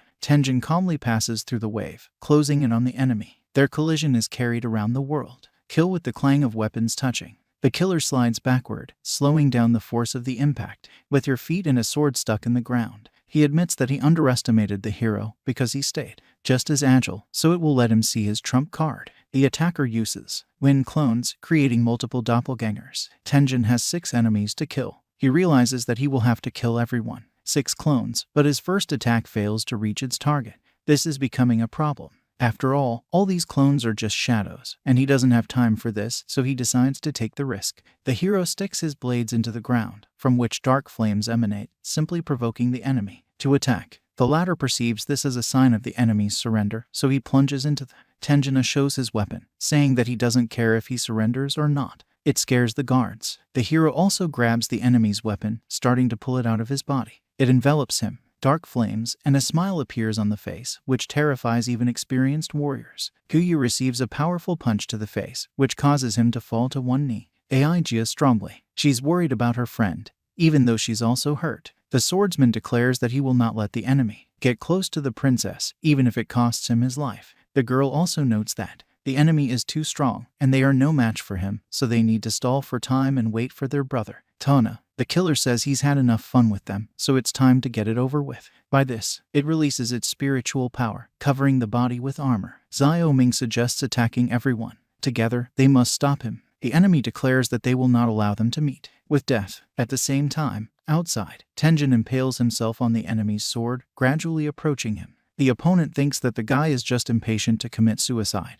But the next time, for a moment, the hero's hand falls on his face. The hero completely absorbs the arrogant killer with the help of a dark flame. This forces. After that, Tenjin pulls the huge sword of the absorbed enemy out of his body, falling to the ground. knees. The guards rush to his aid, believing that the Chiliarch was severely weakened. In front of the hero, an exact copy of him is formed from black energy. Murderers don't understand how to do this. Manage to create a spiritual warrior from the energy of darkness. The comrade declares that it is only a matter of time. A simple clone, so he confidently goes out to battle with it. The copy's hand is covered in a dark flame, but the opponent emphasizes that he will not be intimidated. A normal clone, but the same clone pierces the upstart's body with his hand. The last of the attackers on the street realizes that it smells like burning, because just a clone is not capable of killing people. At the same time, the clone of the hero turns to the last victim. Not understanding the enemy's capabilities and fearing his strength, the guy decides to take a strategic approach, a retreat, but that's just not fast enough to go far. The hero catches up with him in a couple of seconds, for a few moments, until he had run 10 meters. The third assassin's scream echoes through the area. The guards realize that they are all dead. They are also struck by the terrifying and powerful energy of the Chiliarch. At the same time, the original gets up from his knees, merging with the copy. The guard decides to address him. They accept the order, after which it is sent to building. At this time, inside, the princess defenders were defeated. Xiaoming asks the lady to run away, but she doesn't even think about it. The last killer notices that the princess should take care of herself, because there is no one else who could protect her. He raises his weapon over the girl's head, intending to drive it into her body. The attacker freezes for a few moments, admitting that he's a little sorry to kill such a woman. A beauty. In the next second, his body is pierced by the blade of Tenjin, who arrived in time for the attack. Help! His blades are already combined into a scythe, with the help of which he throws the enemy out, away from the princess, after which he apologizes for being late. The last attacker admits that he was too careless. He folds his hands in a strange gesture. Then it disappears from its place, ending up behind the princess. Tenjin reacts instantly, grabbing the princess by the waist and taking the enemy's blow on the blade of his scythe. The confrontation lasts for several seconds. The hero confidently wins it using only one card, throwing the assassin out of the way. When the enemy flies away, he gathers his strength to make a dash for a new attack. However, Tenjin doesn't allow you to do this. The blade of the scythe is extended with dark energy, causing damage to a blow to the killer. He even understands before hitting that this is not good. And when the hero's attack overtakes, then his weapons and armor are shattered. He himself falls to his knees, not understanding how simple it is. A Chiliarch can have such powerful spiritual power. He decides that he must leave this place. But no one will let him do it. Tenjin appears in front of him. He swings the scythe above him, then strikes, but stops it when the blade is almost gone. It touched the attacker's face. The hero decides to find out who he is and who sent him here, emphasizing that if he told him, he would let him go. The killer only laughs at this, claiming that Tenjin is just a simple man, a dog, and his days will soon be over. The hero does not hold back, demolishing the head of an obvious provocateur. Several soldiers are running down the stairs. In the corridors, they are met by the corpses of comrades who were ruthlessly killed by the attackers. The archer runs up to the leader with his companions, asking if the princess is all right. Hero. He tells her that everything is fine with her, but he doesn't understand why they came just now. Guy. He bows his head in a respectful bow, asking the Chiliarch not to get angry because they were able to move only after he destroyed the spiritual pressure. The hero also remembers that these four. I wasn't alone. Tenjin gives out orders. He wants Latan and Lai Wai to take Guyu and Ai Jia to the doctor, and Deng Mingquan brought Lai Zion to him. If he resists, then he can use it. Power. Subordinates begin to follow his orders. When Mr. Li falls to his knees in front of the hero, Eugene tries to understand what happened. Before, the scientist has heard rumors that the princess was attacked, but it is important for him to know what really happened. Tenjin tells his brother to ask Lai Zion everything. The latter claims that he is. It has nothing to do with this incident. After all, he was just drinking wine in the palace. The suspect emphasizes that Eugene was present there. The hero makes it clear that as soon as he went to the banquet, an assassination attempt was made, so it doesn't seem like an accident. He asks who ordered the suspect to do this, or if he did not do it. There is a culprit. Mr. Li insists to the end that this is just a misunderstanding. The man states that even if he gave him the men to do it, he wouldn't dare kill the princess, and if he did, he wanted to die. He still has a family waiting for him at home. Tenjin claims that he forced him to tell the truth, then remind him that as a city lord, he should be familiar with pain. During the torture, Mr. Li says that he is not guilty, crying while doing so. Then the guy orders. Eugene points out that this may not be related to Lai Zhang, because he was a city boy, a lord for over 10 years, not to mention timid. In addition, the scientist emphasizes that he had behaved perfectly normally during the banquet, and in this state of affairs, it was unlikely that he would have. He could have been so carefree. The hero notices that the fact is that the enemy was ready, and if Mr. Lai is not involved in this, why did it happen right after he left? Eugene understands that. This is a good argument. After that, it dawns on the guy. He suggests that Lai Zion may have simply used it because someone could just ask him to hold a banquet. Tenjin realizes that he doesn't. I thought about it. At this point, the two brothers' conversation is interrupted by Xiao Ming. The girl says that the princess wants to see him. The hero replies that he will approach her now. After that, he turns to Eugene, wanting him to go and interrogate Lai Zion because they don't know what to do. They can just leave this case because someone must be held accountable. The scientist asks, "Don't worry, he already knows what to do." When the brother leaves, the hero starts a conversation with a beaten girl. He's a little surprised that she can move now. The same says that she used spiritual arts to heal herself while she was escorting him. Take the princess home. He thanks the guy for coming then. Tenjin mockingly thanks her for her gratitude. It makes her angry because she doesn't understand. Why shouldn't she have thanked him? In the next instant, Xiao Ming opens the door to the princess's chambers, which is already waiting for the hero. The two security guards in the room are startled by the guy's appearance. The princess also remembers how Tenjin saved her during the killer's attack. She is embarrassed by those memories. The girl decides to ask if Chiliarch Tenjin is injured, because all his clothes are stained with blood. Hero, she lowers her gaze, realizing it's true,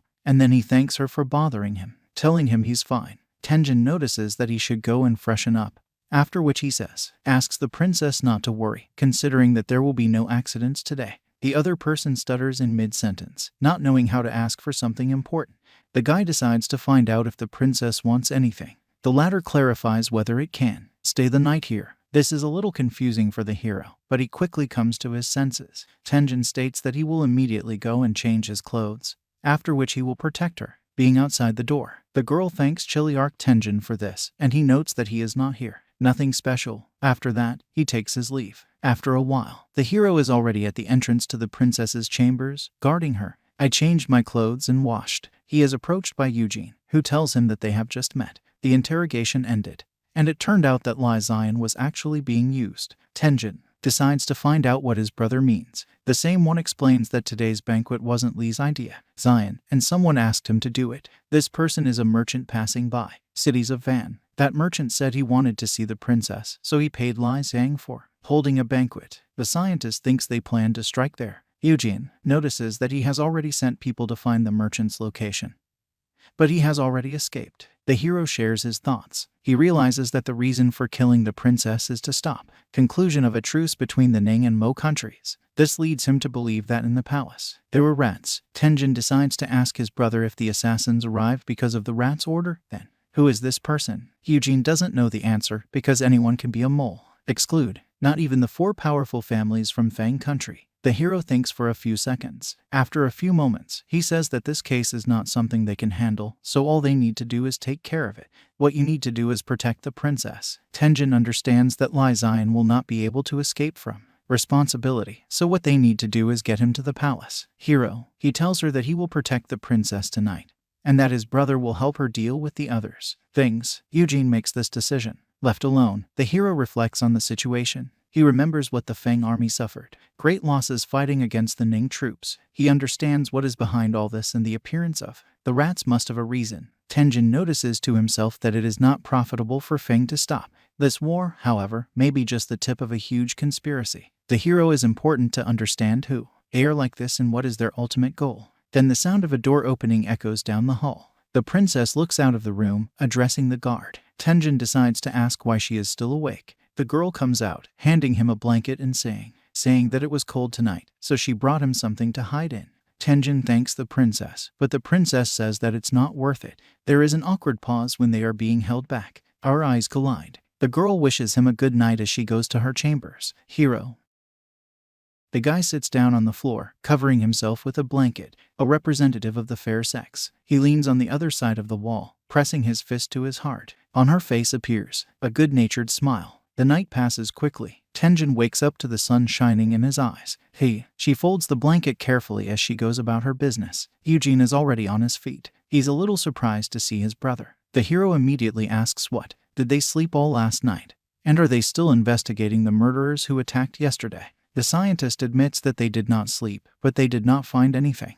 The guy explains that I gathered all the leaders to divide into 5 groups and search the city, but the mercenaries disappeared. Therefore, they couldn't find the ringleader after searching all night. Tenjin. He admits that he expected something like this because they came quite prepared. Eugene reveals that he sent Guyu to organize an army while his brother was guarding the princess. Zio. Ming informs the princess that they will soon arrive in Yan City. The hero together with they lead the squad. The gates to the city open and a small squad appears from them. Tenjin notices that the army has raised a flag, which means that King Feng is meeting the princess. Personally, indeed, on a small pedestal, at the head of which are 2 coachmen, sits a man with blue hair and a matching beard. This is King Feng Chen Hua. Tenjin dismounts, then greets the king, bowing his head in a respectful bow. He considers it an honor to meet him in person. He also introduces himself as the leader of the Second Corps, Tang Yin. The king notes that such work must be difficult for the Tang Yin Chiliarch, Tenjin, but he says that the king overestimates him because he, as his subordinate, hardly did his job. The man decides to find out if everything is all right with the princess. The hero thanks for His Majesty is concerned, adding that the princess is fine. Realizing that the guy did a good job, the king informs that he will be awarded a large award. Rewards for protecting the princess. He also notices that the task of accompanying the princess, it must have been burdensome, so he and his companions can rest by leaving. Everything else is for them. Tenjin thanks His Highness for this. The king orders his soldiers to form up to greet the princess. Country of origin. Very respectful of the princess, the king not only received everyone, but even arranged a feast in the palace. This shows that he represents the royal family, gathered for the feast. Many people of noble origin from all over the Fen kingdom. This technique is rare. You can even see it in the 4 most influential families in the country of Feng. Meanwhile, Mi is having a conversation with her sister. The latter tells us that although there was one accident, they still got here safely. The girl notes that Tang Yin is quite patient. Mi takes a sip of her tea and reminds me that this is natural, because he is a leader who was personally appointed by her. My sister asks me to stop. Boast. General Wu looks up at the moon. She's mentally glad they made it here. It was safe, but for some reason, she felt a slight sense of unease.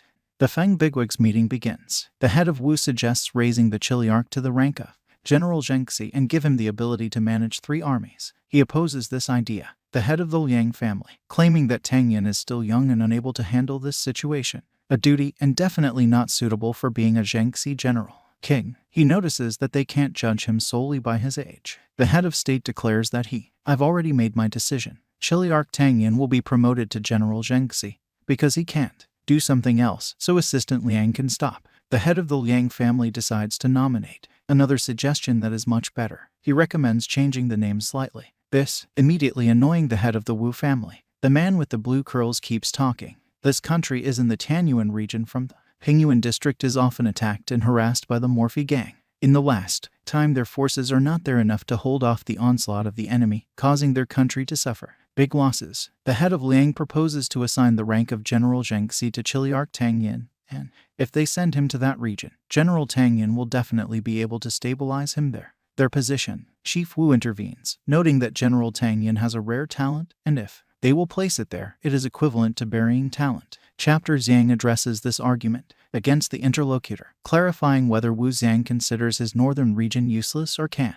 The situation in the northern region seems very stable to him. Mei's father is forced to accept defeat in this verbal altercation, which is stopped. A king who understands both of their suggestions, but decides to do exactly what he suggested.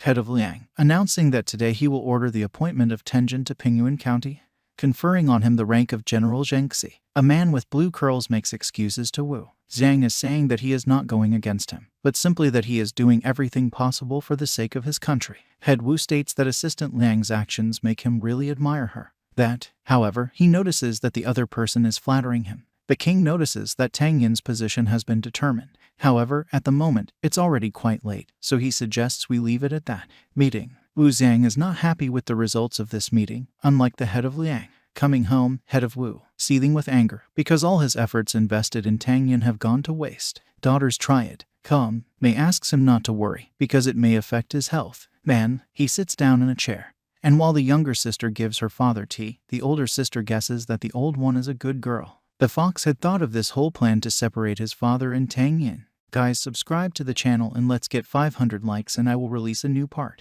The man asks the guy to focus because he has something important to report. Tenjin also emphasizes that he will try his best. Minister Wu began by saying that He told me about the king's decree, according to which the hero will be appointed general of Zhengbei. After that, the head of the House of Wu notices that the first order that the king gave the guy, take a seat in Pingyuan district. Tenjin is mentally surprised by this development of events, because he doesn't quite understand why he was assigned there. The man gets up from his seat and leaves accompanied by the youngest daughter, leaving the young genius with the eldest daughter. In private, Mei immediately decides to clarify what Tang Yin thinks about this appointment. The same notes that if it's the king's order, then he can't do anything about it because he can't have the right. Based on your own opinion, the girl does not believe that the interlocutor wants to go voluntarily there, because if he didn't want to, she could talk to her father. The hero says so, that this is not necessary, because there is a war going on, so it does not matter where to fight. Mei also says that not everything is so simple. She wants to warn him about something important, but Tenjin, he believes that it is unlikely that anyone but him will be able to cope with this. The other person starts counting that the guy was out of his mind. The girl says that she has not the slightest desire to see, like him, who died for the country. They are being sent back to the city. The hero is surprised by these words, and then smiles. Tenjin is sure that he will not die so easily. After hearing this, Mei sets the condition that if he insists, he will have to leave the second building. The hero calmly agrees to this, telling about his only request. He wants to. He was allowed to choose several chiliarchs. The girl says that if he accepted the final decision, then so be it. Tenjin says goodbye to the girl, leaving her. Deep evening sets in. Eugene quickly analyzed the new information. He is aware that sending them to Pingyuan district is a pretty dirty ploy against Brother Tang. But in this case, it's not a big deal. The old fox is round. Liang Xing definitely screwed up. In the morning, the scientist says that this time the situation is favorable for Brother Tan. The hero decides to find out why he thinks so. Eugene explains that the city has already become a place where the four great powers, families are fighting for their own benefit. And since the rats have not yet been detected, it's best to leave if he doesn't want to become a victim of other clans. Pingyuan region is located in very far away, and he was also assigned the role of protector and given the rank of general of Zhengbei. Therefore, according to the scientist, such a simple task as protecting the area should not become a priority, an obstacle for Brother Tan. Besides, he thinks that such a hectic life is more. It is suitable for its development. If one day there will be internal disagreements in the country again, Brother Tang can just hide and avoid unnecessary trouble.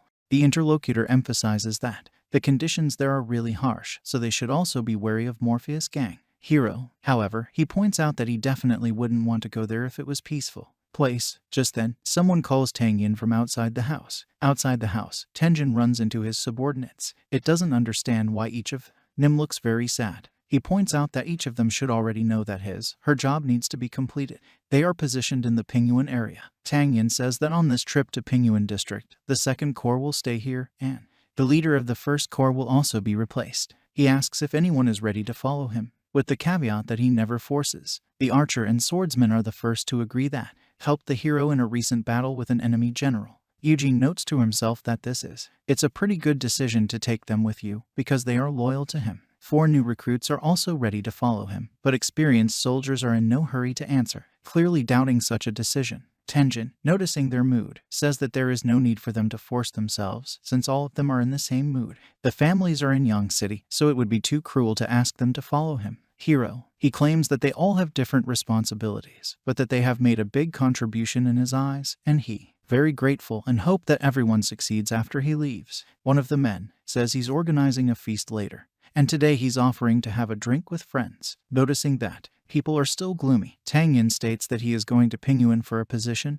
not a job. Moreover, he was awarded the rank of General Zhengbei, so it seems to him that they should be happy for him. Those present congratulate their leader on his promotion in unison, and then the feast begins in the center of the city. Honor of this event, those present drink wine and enjoy each other's company. The foursome recognizes you as a veteran, that they wanted to follow General Tang Yin. The man notices that even though the leader tried, I was hard on them not to show my concern, but they still felt it, and since General Tang Yin killed Liang Yuanmo's subordinates, and he decided to follow him to the end. The man claims that General Tang Yin can laugh at them, but now he is his son, a subordinate, so in the future he will also remain one and follow his orders, regardless of what they will be. Other soldiers support the speech of a comrade. Tenjin is the same. Getting up from his seat, he notices that if you believe his words, then he blindly accepted him as a brother. The hero gets up from his seat, saying that it doesn't matter if they follow him to the Pingyuan region or not. He hopes that everyone gets what they want. The guy notes that for him also, It's a huge honor to talk to all of them, so today they won't stop until they've drained everything. Wine stocks. The next morning, the hero is going to leave. General Wu walks into his room. Tenjin immediately asks if she has something to say to him. He gives it her all as it is. She urges him to be more careful when he arrives in the area. Pinguin, Morpheus gang is not only good in battle, but also treacherous and especially dangerous riders. Dragons. But don't worry too much about it. Princess getting out of her carriage. I was personally able to stop them. Heiress Wu expects the war to come soon. It would be over, and then she would try to visit him and help him get back. The hero is the same. She notices that she doesn't have to worry about him. The guy thinks that there is no need to exaggerate everything so much because Pingyuan district is not so bad, so he'll probably get used to it quickly. He also asks that the interlocutor still. He remembered her words, even though it should be fine with his potential. The girl also. He notices that she has prepared a gift for him, so Wu suggests that he go out and look at it.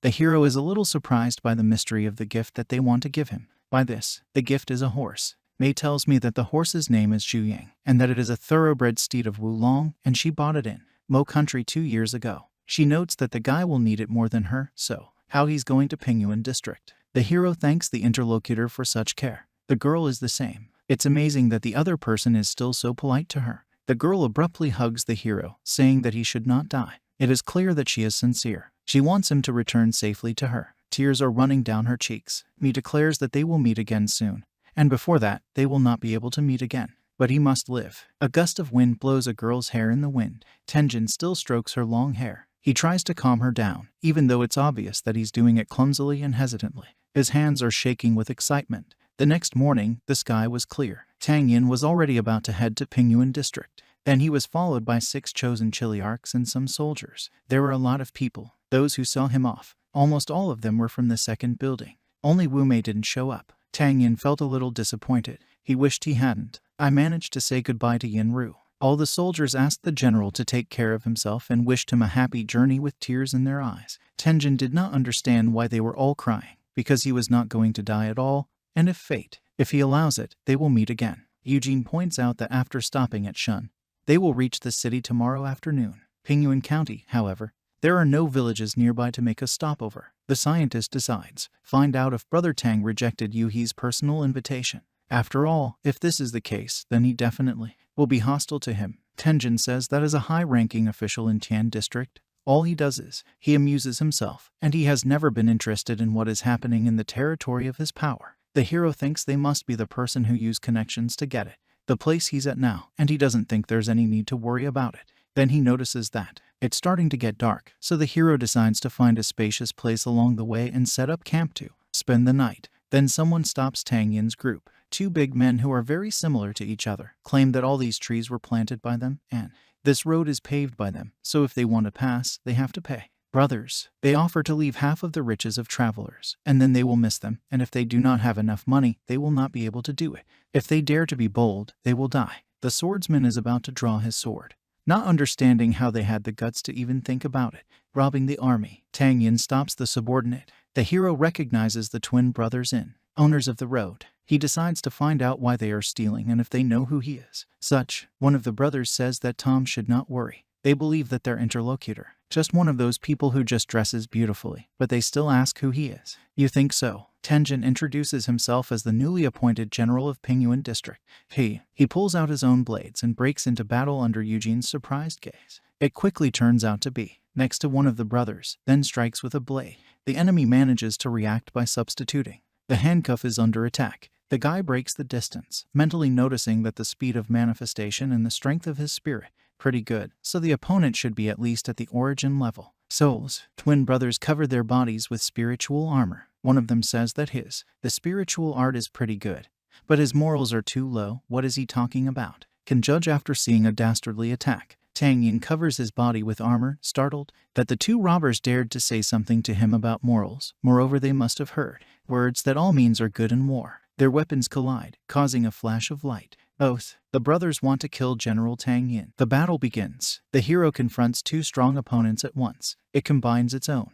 scythe blades to gain a small advantage in attack range. Twin brothers. They attack from different directions, trying to catch Tenjin off guard. Tang Yin deflects the enemy's attack with a wave-like attack with his power. Those fly off too. He stood to one side, somehow staying on his feet. The brothers slow down their fall, after which they again break down to the hero. My friends want to help them. However, it is obvious that they are not at the level to be able to do anything against a spiritual master. Martial arts. The hero understands that both opponents are on the origin of the soul, so he's not at all surprised that their powers are equal. The brothers stab the guy's body, but no blood spurts in all directions. The brothers are angry that the enemy is running away from them. Then they look back and see that the army, together with a group of the enemy, they had already come to his aid. They decide to back down, stating that Tenjin was just lucky. A group of horsemen runs up to Tang Yin. Their leader jumps down from his horse, ordering his subordinates, "Stop now." It turns out that this is the Chiliarch of the Pingyuan District 1st Army, Zhang Zhu. Assumes that Lord Tang Yin's guards are standing in front of him. The hero steps forward and introduces himself. Zhang Zhu then apologizes for being late. So let's hope that Lord Tang can forgive him for his mistake. Tenjin assures that everything is fine. The hero notices that he is new here and is not very familiar with the Pingyuan area, so he would like to ask Chiliarch Zhang a few questions. The latter allows you to ask. Tenjin noticed that there were more bandits here, but for some reason, the Chiliarch Zhang didn't take the army and destroy them. The hero also noticed that the uniforms of the soldiers are very expensive, light and worn, although winter is approaching. The guy assumes that the man has appropriated. Keep the money for yourself. Zhang Zhu insists that his subordinate is trying to root out the bandits, but they will not be able to stop them. Each time I manage to get away, which is to blame for him and his lack of abilities, and as for embezzlement of money, then he would never have done it. It is important for the hero to know where the money is then. The Chiliarch hesitates, because he is not sure whether to tell him unconfirmed information. Tenjin gives his go-ahead. It turns out that they haven't been sent any armor for 3 years.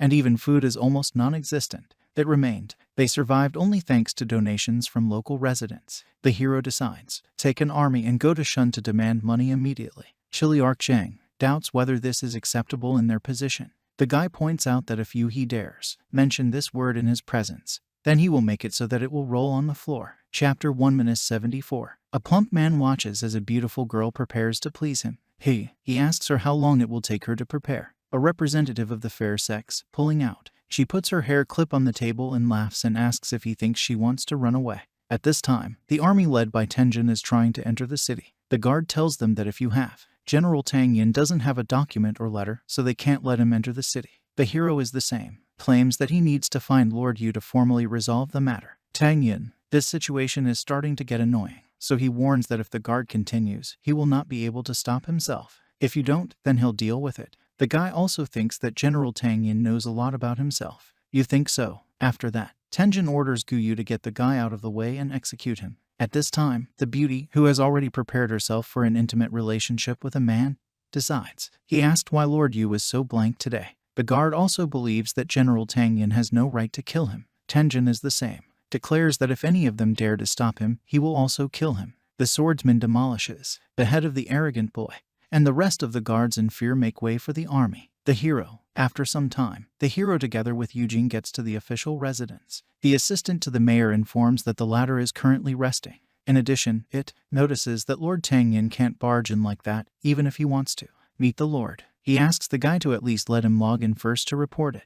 His visit. Tenjin stresses that this is not necessary. The brunette grabs the other man's arm. His hand, wanting him to just show him where Lord Yu's room was. The man says that Lord Yu's room is the last one down the hall. At this time, in the most, and the girl asks Lord Yu to give her some space. The fat man offers partner to climb on top of him. That's what she does. A representative of the fair sex leans towards the client's face, saying that he can forget everything. Unpleasant things that happened to him today, because tonight he will be fine. Served. The next moment, the doors to the room open abruptly. Tenjin stands in the doorway, together with several people. It was he who kicked the door off his foot. Tang Yin thanks Lord Yu for his hard work. Fat man, being under the impression of. Still, he decides to find out why he's here. The girl at this time hides behind him. The hero is the same. He notices that there is no reason to be nervous, because he came here to tell him just one thing. The guy took a chair to be on a level with the other person. The hero decides to ask, seeing Lord Yui's lavish life, if he has noticed that winter is coming, and soldiers should wear normal clothing in the Pingyuan area. In addition to the hero, I wonder why also more than 300 soldiers don't get even half of what they need. Power supply. The man tries to justify himself by saying that they have already started producing a large number of clothing, and in terms of rations, Pingyuan has 3 armies, and they all go to war as a result, which kills a lot of soldiers. Tenjin picks up on his thought. realizing that the other person has reduced the size of the image. The amount doubled, which is why he has not paid extra soldiers for 3 years. Now everything falls into places, because their army is unable to defend against bandits because of Lord Yu. Hero. He emphasizes that he must inform the emperor about this, that he saw that, regardless of the fact that, as far as his support is strong, everything will be useless. Tenjin states that they can also discuss everything peacefully. Lord Yu also claims that it's not that he doesn't want to hand over the money, but rather that he doesn't want to give it away, that they are facing financial difficulties. He asks the other person to leave first. Tang Ying takes these words in such a way that it is not part of the interlocutor's plans to cooperate with him, so he pulls out his blade. This causes fear in the fat man, who does not understand that the guy, "I've got it planned." He assumes that Tenjin is going to kill him. The hero, putting a man to the throat, blade, declares that he will not stoop to the baseness of killing him. Tang Yin orders him to immediately prepare rations and money for 50,000 rubles. A soldier, otherwise he would have to invite him back to the city, or he would take his head to Yancheng to meet the emperor. Lord Yu immediately realizes that he is in a very sad situation. Therefore, he says that he will prepare everything right away and tell his people everything right now. Prepare. After some time, the hero sits on a horse. It asks if the payment has been sent to the account. General Zhang. The man replies that resources have already been sent to the 3 armies. Eugene and the swordsman finish their report to General Tang. The latter also thanks his subordinates for hard work, then turns to the fat man, saying that since they already have all the products, he won't interfere with Mr. Yu. As soon as the hero leaves, the Lord clenches his fists, believing that no one will want the scoundrel Tang Yin to see after this. The man wants him to die in Pingyuan district. The fat man states that no one can know what happened here today, and if anyone tells you about it, they will kill you. The Chatterbox. Pingyuan district is located in the northernmost part of Feng country, extending for several kilometers, thousands of kilometers from Yancheng. We can assume that this area is middle class, although outwardly Heian. It looks busy, but the streets here are almost deserted. There are shops on both sides of the street as well, closed. All this gives the impression that the city is abandoned. Second leader Bai Yun personally met Tang Yin, and also informed him of what was going on for him so far. The third army is unavailable. The meeting was attended by a large number of officials and merchants. Tang Yin also learned more about the pastoral tribe from Bai Yun.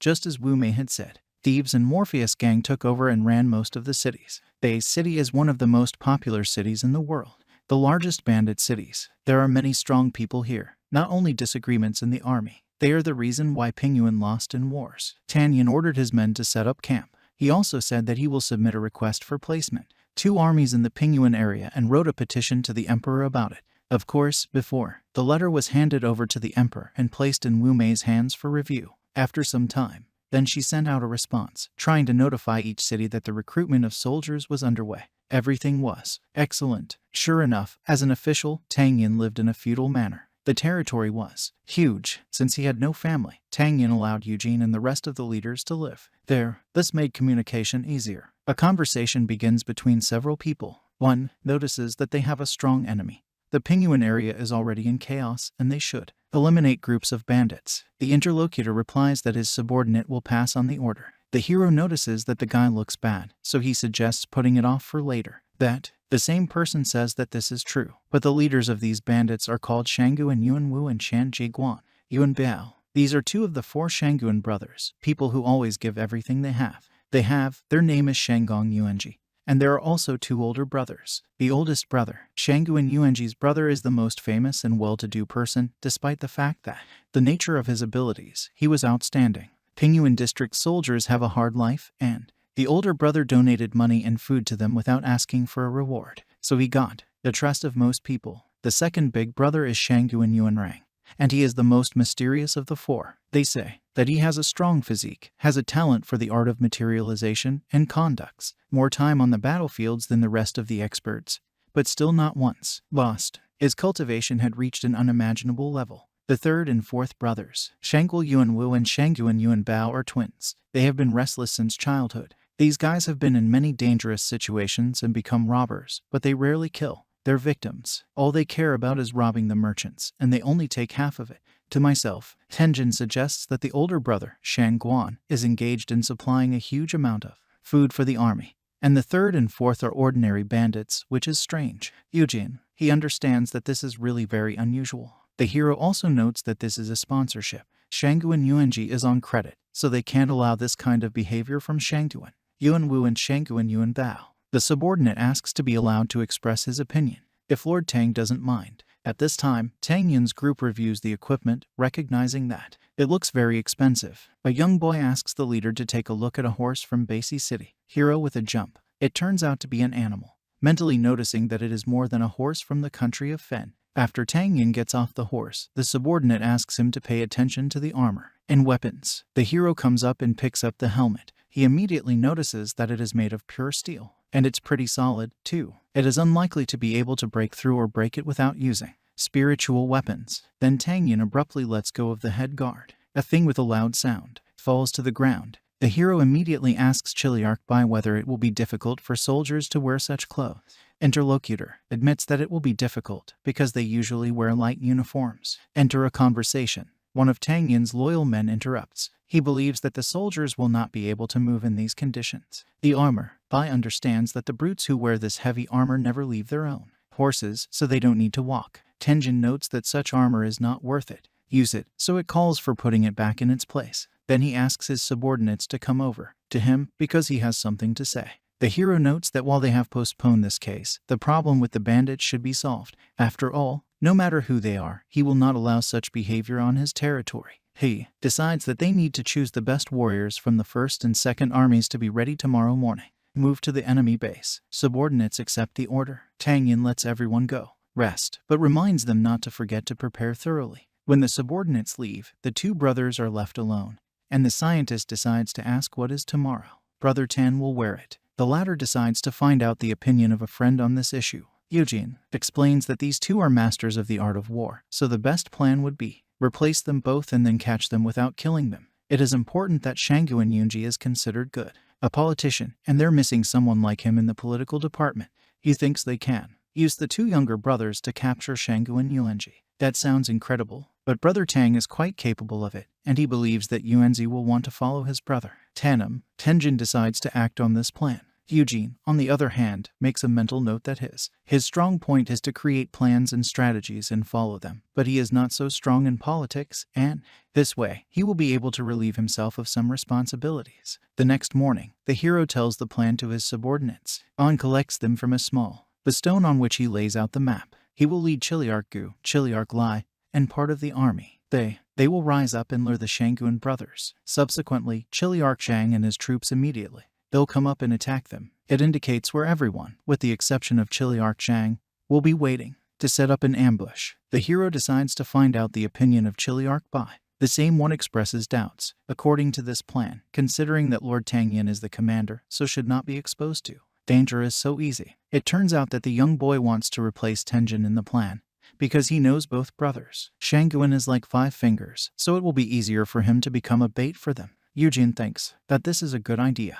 Tang Yin accepts this, deciding to replace himself with Chiliarch Bai. Thereafter, they are encouraged to follow the rules and be careful. The hero declares that this time they will definitely get rid of the bandits once and for all. Bai, along with a small detachment of soldiers, goes to the place. He hears the sound of horses. From afar, I thought to myself who it was. The two brothers immediately recognize Chiliarch Bai. One of them decides to find out what brought him here. Guy. He admits that he turned a blind eye to this behavior because of their older brother, but if they dared to rob Lord Tang, they can't let them escape, so they followed them. With them, to conquer this county. One of the bandit brothers takes it as a joke because the interviewee is still too inexperienced if he has gone on a crusade against them. The goon admits that Bai has become quite famous in this area, but he is unlikely to be able to achieve anything in the future. There is no such army in the future, so the man offers to leave it and join them. Chiliarch Bai notes that in the past, they would have been able to convince him, but now everything has changed. After all, Lord Tang is a very talented general. Thanks to being here in Pingyuan region,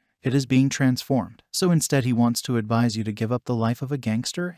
Follow Lord Tang, because it will benefit them. The brothers count all these words bullshit, because in their opinion, General Tang is incompetent, because his soldiers will die. First, because their team was sent here to die. The second brother thinks so, that the other person is overpraising the new general, so he calls Bai either hear his advice or die at their hands. A young guy declares that if they continue to be bandits, then their descendants will also become so, and the face of the Shangguan family was disgraced by the two of them. The guy doesn't understand how, living such a vicious life, they dare talk such nonsense. One of the brothers breaks into battle because his benevolent advice. They took it as nonsense. It hurt his pride a lot, so if the guy wants to die like that, then he will grant his wish. Bai pulls out his sword, covering it with spiritual power and saying that because of the two of them, he is ashamed. To brother Yuanji, the attacker also notices that it's okay if you failed as an attacker, a human, but he also damaged his brother Yuanji's reputation. Bai also notes that if he would have hit his head on the wall and died right here because he's just a disgrace, dishonor. My own brother. Bai knocks off opponents. It deflects the first blow, however. The second blow is already incredibly difficult to deflect, so the guy has to block it with the edge of his sword. Both brothers are seething with anger, realizing that they are being bullied, so they want to kill the offender. The swordsman already wants to intervene in the fight, because a 2-1 fight is not very fair, but the archer, she stops him, noticing that Chiliarch Bai is catching his breath. The latter does not understand that brothers for people who mock the weak. He will climb on a horse, claiming that today he will let them go, but tomorrow they will fight. One of the brothers breaks down in pursuit of Bai, surprised that the guy just runs away. He is called upon to stop, because his bravado simply frightened them, frozen in place. The swordsman, he orders the soldiers to give chase. At this time, Chiliarch Bai, who is running away from the two brothers, notices that the same place is ahead, and that everything is going according to plan. He stands on a horse and then accidentally falls off it. Stalker, she laughs at him, calling him useless. He's going to jump and deliver a fatal blow to finish off the impudent man right here and now. The second brother nervously asks the first to turn around. From behind the swinging warrior appears Tenjin, who already has his scythe in his hands, charged with dark energy. A powerful kick in the back hits exactly the target. The first brother flies out of the way. The second brother becomes enraged, calling Tang Yin a bastard and snapping at him. It's blocked by the way of the swordsman and Chiliarch Bai. The trio exchange a series of blows, from which it becomes clear that the second brother is superior. Their strength and spiritual energy. He is already about to launch a decisive offensive, but which stops it. The experienced warrior's intuition works perfectly, so he jumps back, noticing in time. A person on high ground when the battle takes place in a canyon. Archer forces second brother retreat, but his arrows do not reach the opponent. At this time, the hero puts the scythe blade to the neck of the first brother. He orders you to bind him. A captured bandit. The girl first twists the rope, then sends it to the side. The bandit. When the first brother is tied up, Tenjin explains that there is no point in resisting him, because this special rope is made so that even the strongest master cannot run away. The captured man calls Tang Yin to fight him one-on-one if he has the guts, not Tonka, for he can attack like a snake. Commander Tan also asks you to shut him up, because it's too much. Noisily, he goes to the second brother, while the first brother declares that if it wasn't for him, if he was careless, then it would have been different, because if he was wearing his spiritual armor, then he wouldn't have been able to. It's so easy to grab it. The big guy who was caught says that from what he just saw, General Tang doesn't have the right to call yourself the defender of the district. He wants to say something else, but they put a cloth over his mouth. Tenjin says that Chiliarch AI will stay here and watch over him, and the rest of the people will stay here. Will follow him. Tang Yin is the first to break into battle, swinging his scythe. The hero sends a powerful wave of spiritual energy into the back of the second brother. The latter must somehow to get out of it, because in front of him, Chiliarch Bai and swordsman are straining. The spiritual arts master reacts to Tang Yin's attack. He puts his hands forward in the form of a cross, releasing a stream of spiritual energy from the body. The defense is stronger than the attack. In the next instant, the scythe blade collides with second brother's spear. The hero abruptly retreats back, but the enemy is not allowed to descend. The onslaught of the swordsman falls on him from different directions and Chiliarch Bai, the bandit, has a hard time. Moments later, he is surrounded by Tang Yin's subordinates. They confidently attack him from all sides, not giving him time to rest. Archer doesn't either. He stays on the sidelines, straining the warrior all the time. Tenjin, having picked up the perfect moment, attacks the second brother from the back when the latter. I have to block Chiliarch Bai's attack. A powerful blow from the hero slams the second brother into the ground, causing significant damage. His subordinates are beginning to rejoice that they caught him. After placing the two bound brothers in the cart, the swordsman notices that if Lord Tang hadn't restrained them, he might have been able to stop them. If it was him, they would never have been able to catch the two brothers. Second brother doesn't understand who the people around them are imagining themselves. Because if they want to catch the older one, they must first catch the older one. They will step over their dead bodies. Tenjin wants to talk to Eugene, but they are interrupted from the meeting. This is Chiliarch Bai, who reports that Chiliarch Zhang has arrived. The subordinate reports to their leader that they have successfully destroyed the camp. bandits. They also caught a lot of bandits and even found some gold. This news is encouraging. The hero then asks the brothers to wait until they reach the city of Han, where they are staying. They will pay for all their crimes. Tenjin gives the order to return to the city. The news that the robbers had been completely suppressed spread throughout Han City. Officials and the merchants have already visited the city guard, not forgetting to flatter and present various gifts to Lord Tang Yin to express his gratitude. But citizens, in addition to officials and merchants, remained indifferent, forgetting about the kindness of the authorities. They even had indifferent to what had happened, as if it had nothing to do with them. This did not escape the attentive hero, so he summoned Chiliarch Zhang to find out why ordinary people do not celebrate the suppression of robbers. It turns out that the Shanguan brothers, they stole exclusively from merchants, not from peasants, so the common people have no grudge against them. At the same time, a very aristocratic person passes along the city street. Two girls finds out the young man Shanguan Yuanji, who came to see the city guards because that his brothers had been arrested. One of the fair sex thinks that the new city guards now want to accumulate achievements and have come for local robbers, as they are afraid to fight with soldiers. A friend supports this idea because the Shanguan brothers robbed only the rich, but just people were not touched, although the soldiers should protect them and they were only caught in order to stand out. One of his subordinates informs him that Shanguan Yuanzi is requesting an audience with Lord Tang. Eugene suggests that he finally lost his patience, deciding to visit their city. Tenjin, he orders me to take him to the main hall. Yuanji greets Lord Tang, mentally noting that the city guards are too young. During this time, Tenjin makes a mental note that the other person looks much younger than he is. He imagined it. He expected the decision-maker in the city to be an experienced middle-aged man. The hero declares that he has heard about the exploits of his older brother, Shanguan. He's even a little surprised that the man found the time to see him. He admits that he came here because of his incompetent brothers. Yuanji tells us that Yuan Wu and Yuan Bao naturally love fighting, but they are not bad people, so hopefully, Lord Tang Yin could be so merciful as to give them a second chance. The hero points out that honest people don't beat around the bush, so he decides to speak directly about that brother Shanguan has always given his camp a huge amount of support, for which they sincerely thank him. He is grateful, but his brothers blocked roads and robbed people, causing harm. Tenjin decides, ask if the other person tried to stop it, or turned a blind eye to what his brothers were doing. Yuanji replies that he didn't turn a blind eye to what was happening, and it's just that they didn't. They listened to his advice and stubbornly insisted on their own. Tang Yin claims that by letting them go, he allowed them to. The tiger is free to roam around, so in order to prevent this from happening in the future, he will personally execute them tomorrow in public. The hero warns that the interlocutor should no longer begging for mercy on my own behalf for those two. Yuanji also asks the guy to reconsider his decisions. After all, he made donations to the army without asking for anything in return, and now he dares to brazenly ask him to show mercy and let them go. The interviewee claims that if they do this again, he will personally arrest them and bring them to justice. To Lord Thane, the guy understands that the hero may not believe him, so he is ready to guarantee. This is with the help of a contract, where he will put his head. Tenjin's lips twitch in a small smile. He notes that the seriousness of Shanguan's attitude can be seen, so he promises to reconsider a decision about his brothers, but he has a condition. The interlocutor assures that if it will be in its power, then it will fulfill any condition. It turns out that Tang Yin is planning to appoint two people to the city guards. One will manage military affairs, the other political. He represents Eugene, who is his right-hand man. The scientist is a specialist in the field of strategic plans, and he will be happy to make him responsible in the field of military affairs. But as for the person in charge of this case, he's not very sure. Yuanji still decides to clarify what Lord Tang means. The hero believes that the city guard responsible for political affairs should be Brother Shanguan. Chapter 1-82. This sentence is a little unsettling to the other person.